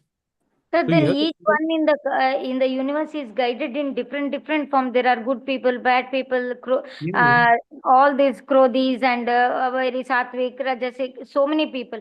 But is everybody guided by their own buddhi, or God gives them certain circumstances to become adamant, or certain circumstances to become Sattvic? If somebody working in a temple is more pious than me, who is sitting in the home and praying. So is he created, is he being in that, is placed in that situation to become more sattvic according to his destiny, or is it God? It is helping him. Now here the destiny also plays a role now, sir. You see, the external atmosphere does affect. It does have effect. It does have effect on your thinking. If you are working in temple or when you are in a good company, normally the bad thoughts will not come to your mind. That is true. If we are sitting in a company of Gita Pariwar people, normally you will think good only. Not much bad will come to your mind. So good company definitely matters. Good reading definitely matters.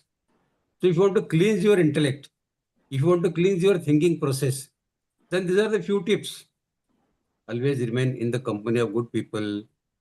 Always read sattvic, spiritual literature. Do your own manan chintan. Go in for meditation. So these are the rules which are known to everybody. But not everybody follows it. Does everybody follow? Nobody. So for that only the determination is required. Having understood what is good for me and what is not good for me, if we don't follow that with determination, then we have to blame ourselves.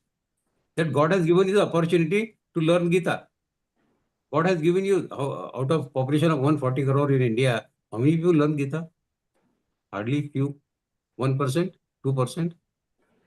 So we are those selected 1 or 2% who have been bestowed this benefit by God on us to read Gita.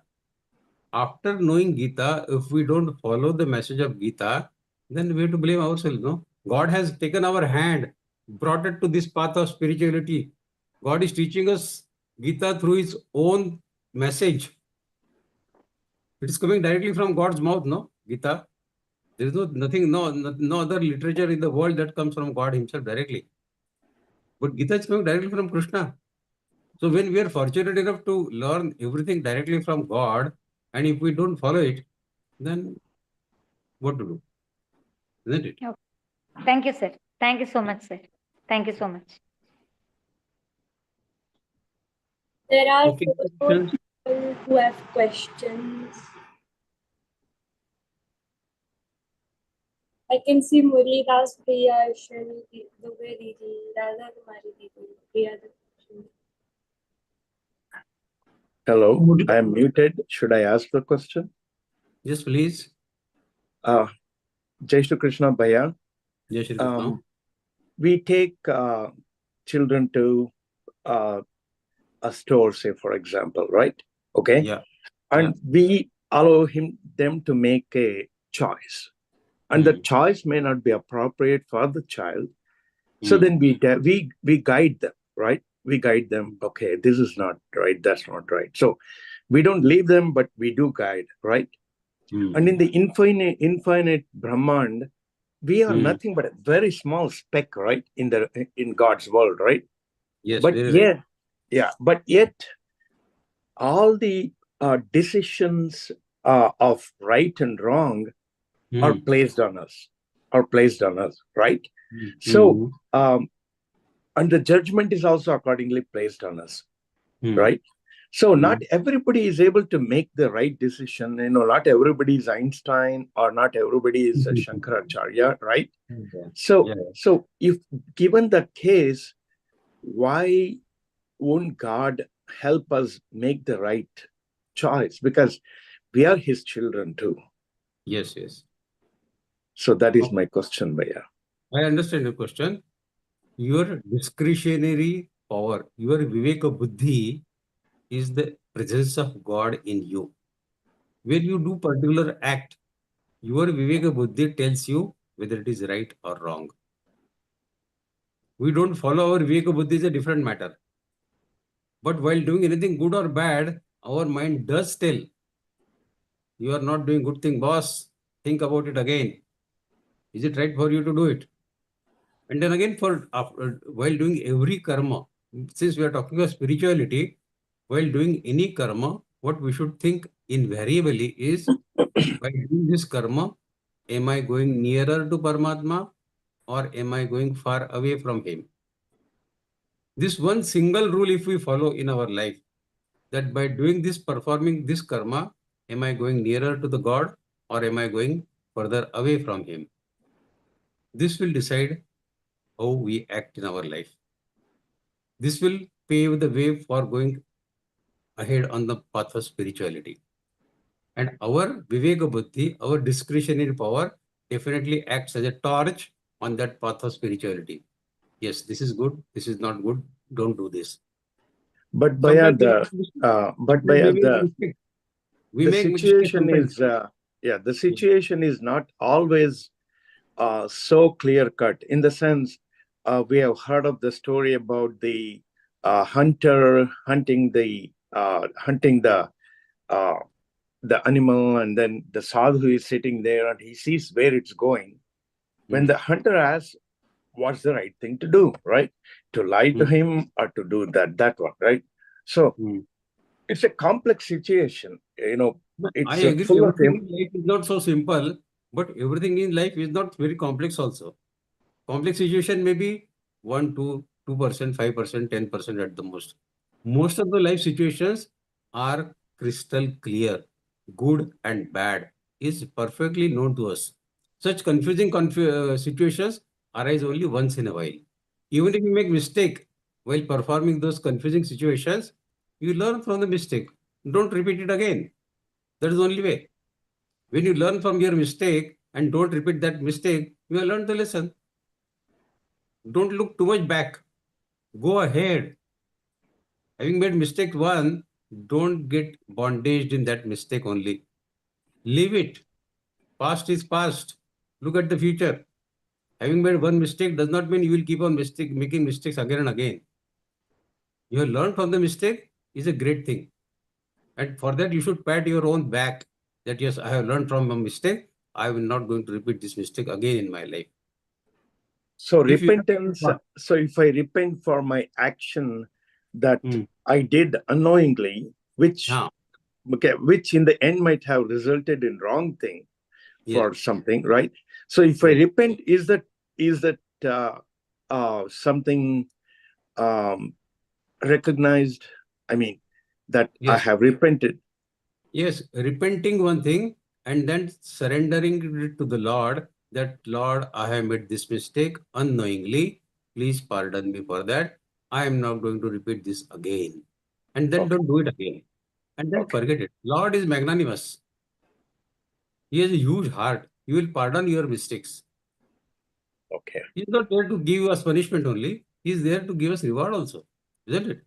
So if magnanimously you go to him and magnanimously he accepts your surrendering it to him, then you should have, your conscience should be clear that I had made a mistake, I have accepted. That is why in Christians, they go to the church and then they do the confession, isn't it?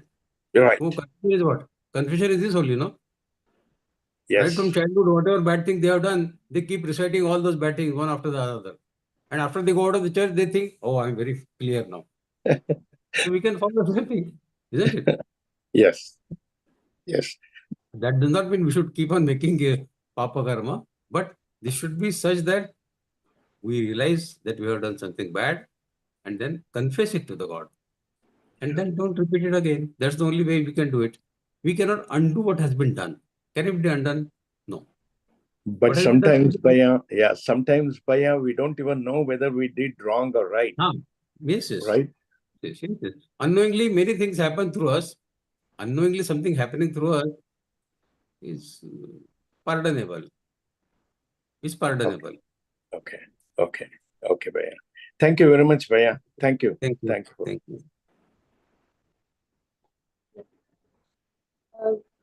Shri, do we? भैया सादर प्रणाम। दादा प्रणाम। भैया जी, क्या हिंदी में भी बात की जा सकती है? जरूर जरूर।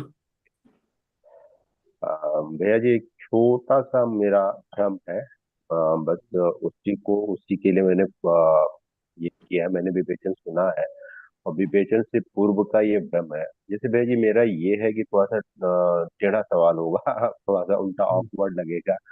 जैसे ये हम काम करते हैं, जैसे कोई भी विनम्रता से, सरलता से, सहजता से, करुणा से किसी के प्रति, पूरे विश्व में किसी के प्रति अगर हम इस तरह का कार्य करते हैं, लेकिन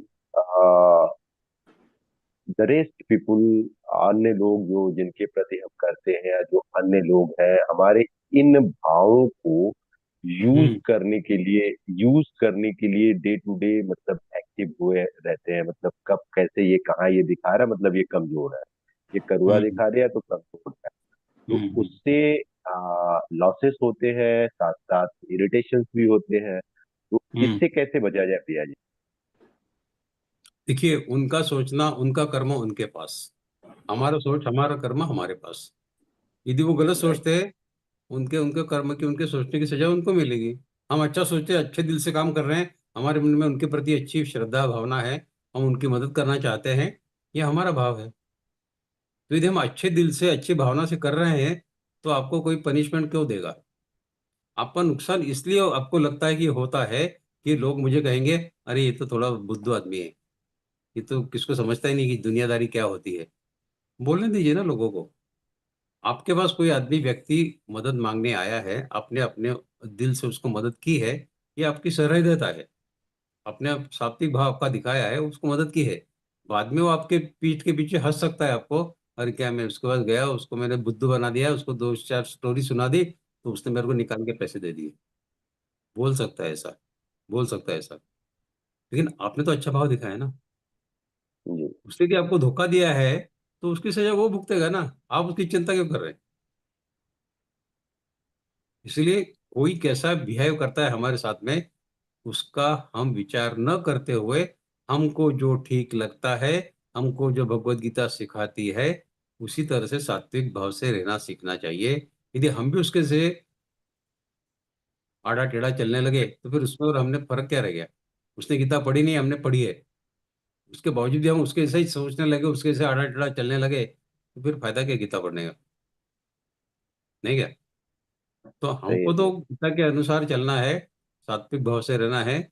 जो मदद के लिए आदमी आता है, यदि हम में इतनी क्षमता है उसमें मदद करने की, कोई आपके पास लाख रुपए मांगने आए तो आप उसको लाख रुपए निकाल दिए, ऐसा मैं नहीं बोल रहा हूँ। लेकिन आपके पास क्षमता है कुछ उसको मदद करने की, और हर समय पैसे की मदद करना आवश्यक नहीं होता है। समय की मदद कर सकता है कोई, अपनी बुद्धि ज्ञान की मदद कर सकता है।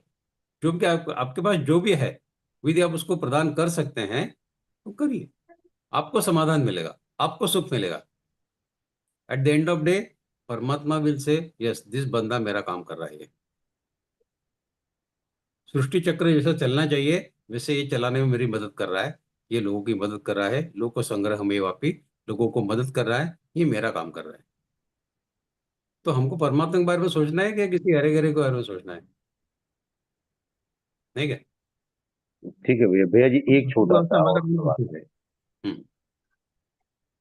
सत्कर्म जो होते हैं भैया जी, हाँ जैसे जी। ये कहा गया, अति अति अति हर चीज का वर्जित है, तो क्या इसके लिए भी कुछ ऐसा है क्या कि सत्कर्म भी कहाँ कहाँ वर्जित है? नहीं, छठे अध्याय में हमने सीखा ना, युक्त आहार विहार से, युक्त चेष्ट से कर्मसु, युक्त स्वप्न बोध से योगो भवति दुःखः। सब चीजें राइट प्रोपोर्शन में चाहिए। सब चीजें राइट प्रोपोर्शन में चाहिए. Too much of anything is bad. किसी चीज में अति होना खराब चीज है. अति मत होइए. अपने जो नियंत्रण में है, हम जो कर सकते हैं उतना ही करिए. उसको ज्यादा लांग के और ज्यादा दुनियादारी दिखाने की आवश्यकता नहीं है. हमको जो समझ में आता है, हमारी जो कैपेसिटी में है, उतना ही करें, उससे ज्यादा नहीं करें. युक्ता आहार भी उतना ही करें, विहार भी उतना ही करें, उतना ही सोएं, उतना ही जगें जितना हम सह सकते हैं. परमात्मा ये नहीं कहते 24 घंटे मेरा स्मरण करते रहो, सो मत. युक्त स्वप्न हो, सो भी आप, सो भी जितना चाहिए उतना सो. जितना 8 घंटे सोना है, 8 घंटे सो आप. आहार भी वैसा करो. विहार, लोगों को लगता है खेलना कूदना मतलब बचपना है. परमात्मा गीता में कहा है युक्त आहार है, विहार है, से विहार भी करो ना. विहार करना कोई बुरी चीज नहीं है. विहार करना अच्छी चीज है. Entertainment is a good thing. परमात्मा इज रिकमेंडेड इट. सब लेकिन युक्त चाहिए, राइट प्रोपोर्शन में चाहिए. थैंक यू भैया जी. Thank you. बहुत Any बहुत other हद questions? तक Any other questions, please? Radha Kumar ji. Jai Shri Krishna Bhaiya. I have two questions, Bhaiya. Yes, please. Yeah, one is regarding Stula, Sukshma, Karan, Sharira. Can you please explain that, Bhaiya ji? Sorry, I could not Stula, hear you. Sukshma, Karan. Stula, Sukshma, Karan, Sharira. हाँ हाँ हाँ. And other thing दिन की is, बाद में हम बात करेंगे तो थोड़ा समय लगेगा. लेकिन जो हमारे साथ में आता है वो हमारा सूक्ष्म शरीर, जिसको एस्ट्रल बॉडी बोलते हैं, वो सूक्ष्म शरीर हमारे Yeah. साथ में आता है. okay, ये जड़ शरीर है वो तो साथ में आता नहीं है. लेकिन जो सूक्ष्म शरीर है, जो हमारे कर्मों के 3 थैले बोला ना मैंने आपको. yeah, सत्व okay. जो 3 थैले Bhaiya में ji, लिखा can you रहता है. please explain it in English? Okay. See, as I told you, we carry 3 baggages with us of Yeah. our karma. Sattva karma, Rajasic karma and Tamasic karma. That Sukshma Sharir, our astral body, that only comes with us. Our Jad body, our Karan Sharir does not come with us. Only astral body comes with us. Sukshma Sharir.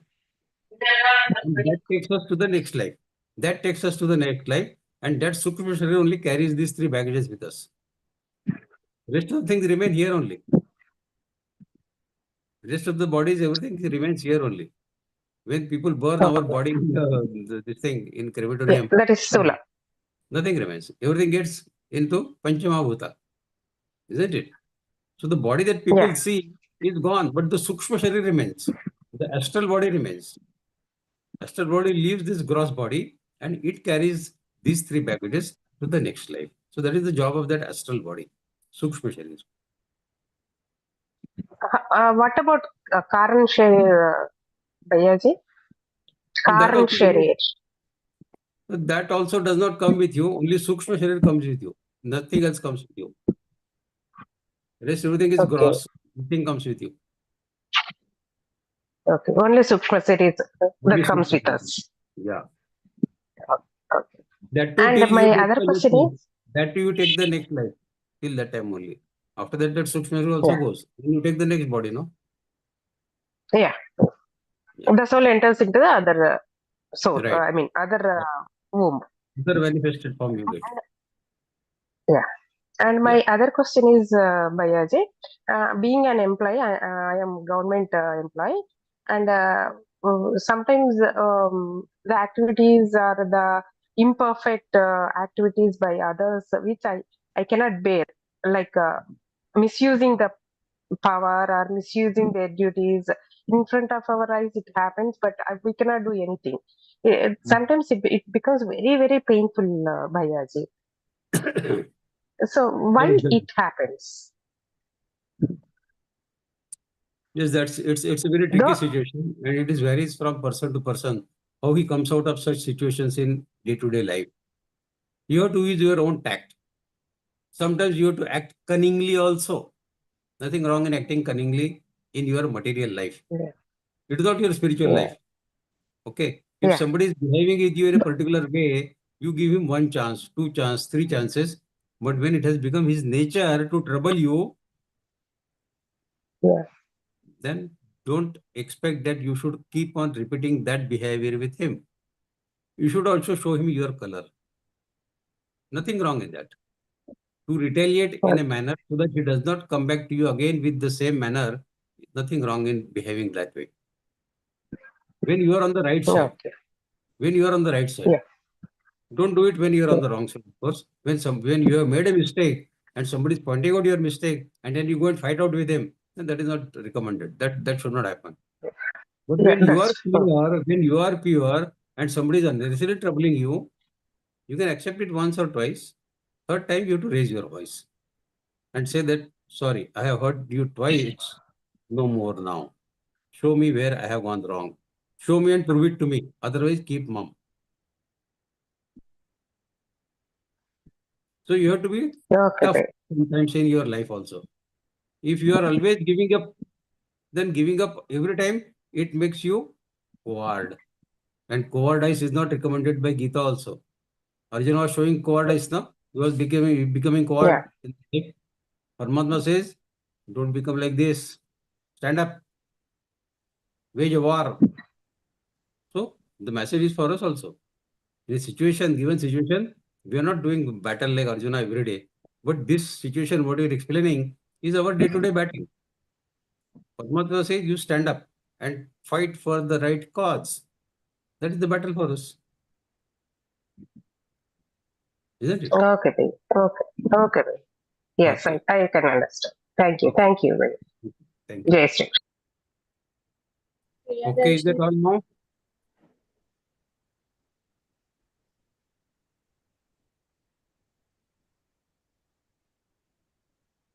Yes, please.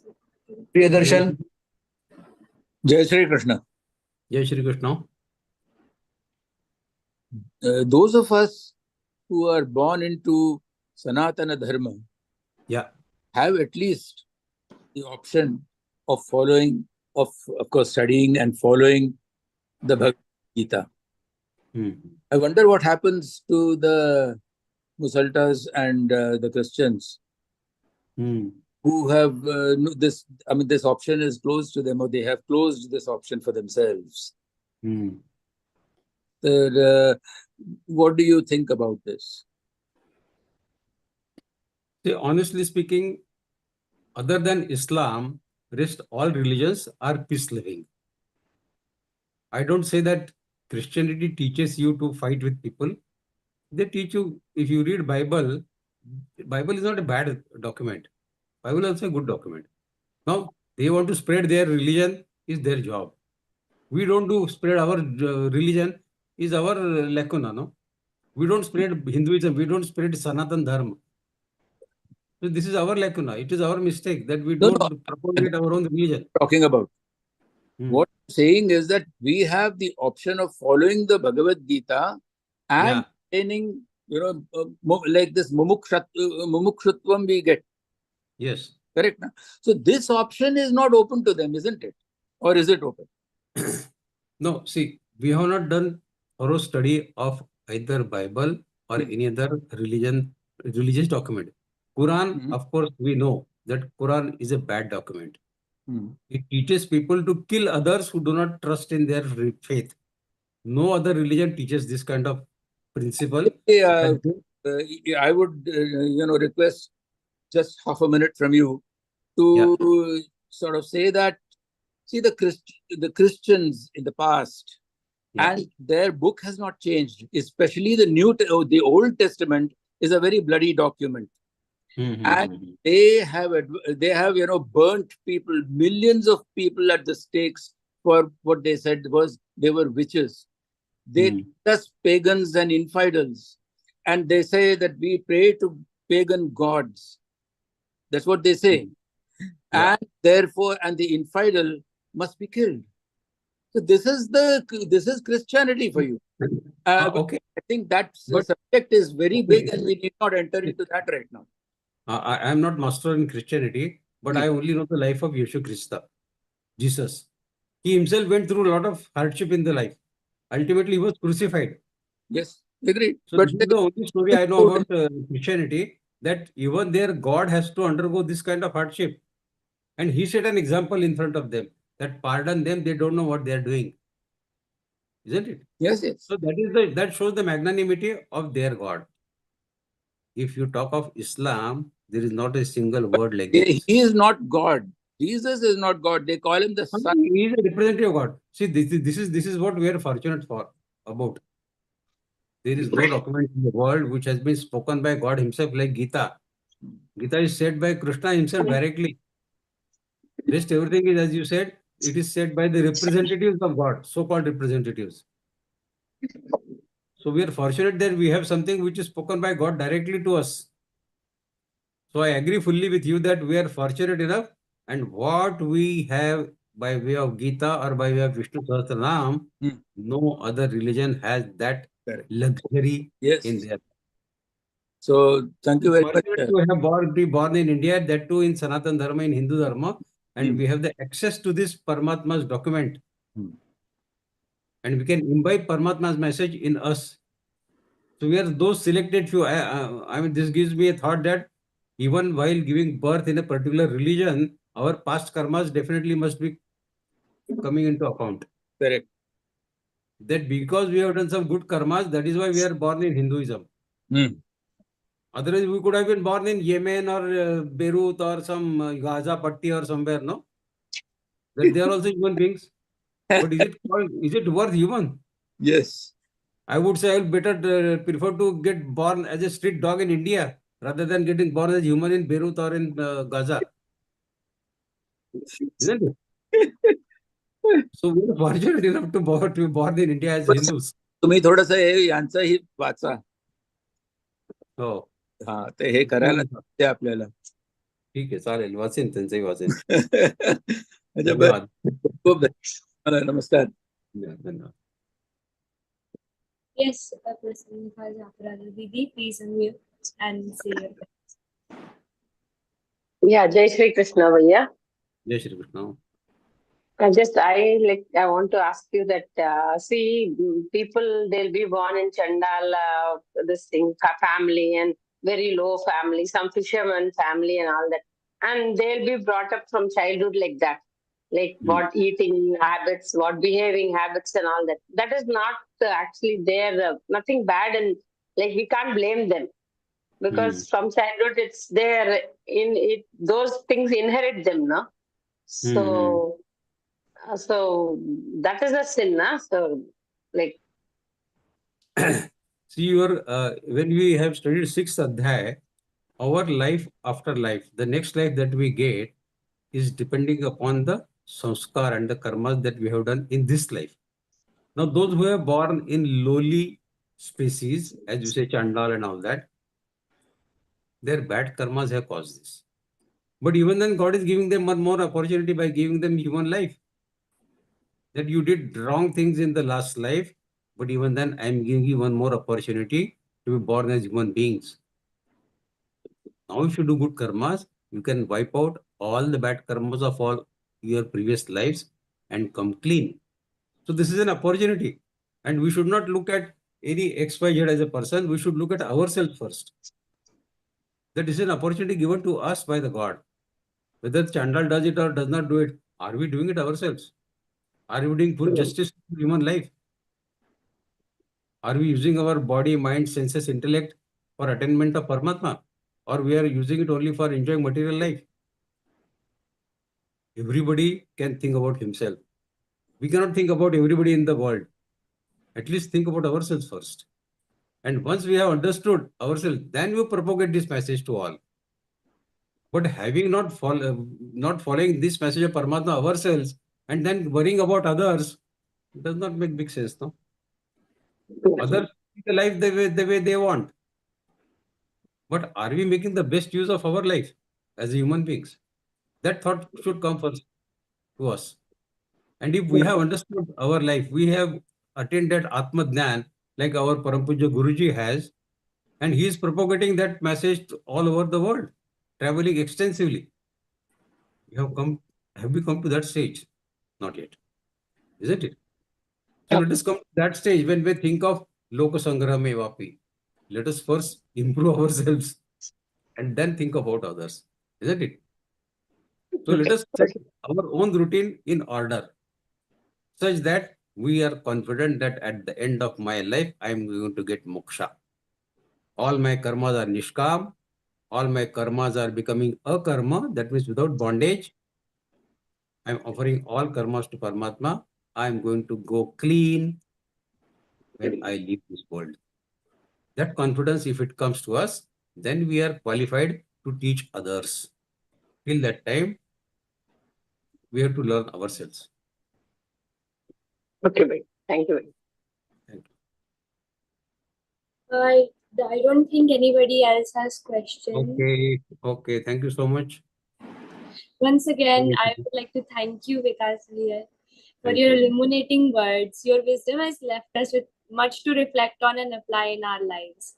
I also want to express my gratitude to all the Geeta sadhaks who have joined us today for your devotion and participation. May these teachings continue to guide us on our spiritual journey. A special thank you to our technical team whose efforts ensured the smooth functioning of this session. Your dedication behind the scenes is invaluable. Let us now offer our prayer led by Kamandhuri Yati Rajashri Devi Didi from Hyderabad. Didi has been actively involved in Geeta Pariwar since April 2023 and holds various roles, including co-trainer, technical assistant, and examiner. Let's all join in this prayer with devotion in our hearts. Jai Shri Krishna Didi. Jai Shri Krishna Andi. योगेशं सच्चिदानन्दं वासुदेवौ व्रजप्रियं धर्मसंस्थापकं वीरं कृष्णं वन्दे जगद्गुरुं श्रीकृष्णं वन्दे जगद्गुरुं. Jai Shri Krishna Andi. Jai Shri Krishna. Thank you, Didi, for leading us in this beautiful prayer. Dear Geeta Sadhaks, please share this revision session with your family and friends so they too can benefit from these divine teachings. As we bring this session to a close, let us recite the Hanuman Chalisa and seek the blessings of Lord Hanuman for strength, wisdom, and devotion. Jai Shri Krishna to all.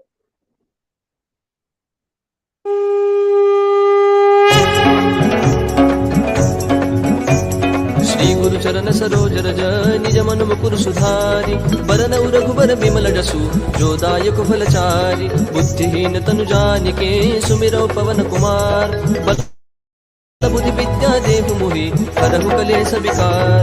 जय हनुमान ज्ञान गुण सागर जय कपीसति लोक उजागर रामदूत अतुलित बल धामा अंजनी पुत्र पवन सुत नामा महावीर विक्रम बजरंगी कुमति निवार सुमति के संगी कंचन बरन विराज सुबेसा कानन कुंडल कुंचित केसा हाथ वज्र औ ध्वजा विराजय कांधे मूंज जनेऊ साजय शंकर सुवन केसरी नंदन तेज प्रताप महाजगवंदन विद्यावान गुणी अति चातुर राम काज करिबे को आतुर प्रभु चरित्र सुनिबे को रसिया राम लखन सीता मन बसिया सूक्ष्म रूप धरि सिंहि दिखावा विकट रूप धरि लंक जरावा भीम रूप धरि असुर सहारे रामचंद्र के काज सवारे लाय सजीवन लखन जियाए श्री रघुवीर हर्षि उर लाए रघुपति कीन्ही बहुत बड़ाई तुम मम प्रिय भरत ही समबाई सहस बदन तुम रोज सगावै अस कहि श्रीपति कंठ लगावै सनकादिक ब्रह्मादि मुनीसा नारद सारद सहित अहिसा जम कुबेर दिगपाल जहाते कवि कोविद कहि सके कहाते तुम उपकार सुग्रीव ही कीन्हा राम मिलाय राजपद दीना तुम्हरो मंत्र विभीषण माना लंकेश्वर भय सब जग जाना जुग सहस्र योजन पर भानु लील्यो ताहि मधुर फल जानू प्रभु मुद्रिका मेलि मुख माहि जलधि लांघि गए अचरज नाहि दुर्गम काज जगत के जेते सुगम अनुग्रह तुमरे तेते राम दुआरे तुम रखवारे होत न आज्ञा बिनु पैसारे सब सुख लहै तुम्हारी सरना तुम रक्षक काहू को डरना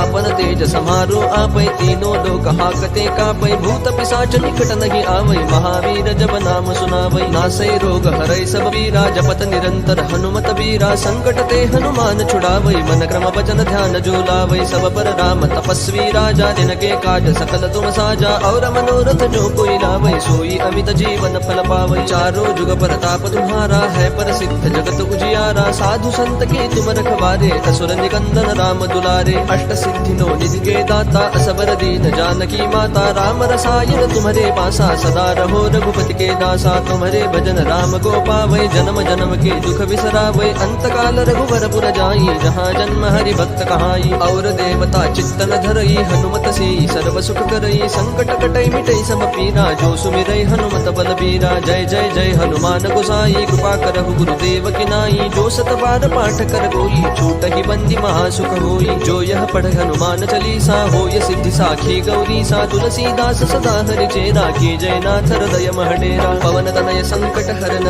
मंगल मूर्ति रूप। राम लखन सीता सहित हृदय बसहु सुरभूप। सियावर रामचंद्र की जय पवन सुत हनुमान की जय।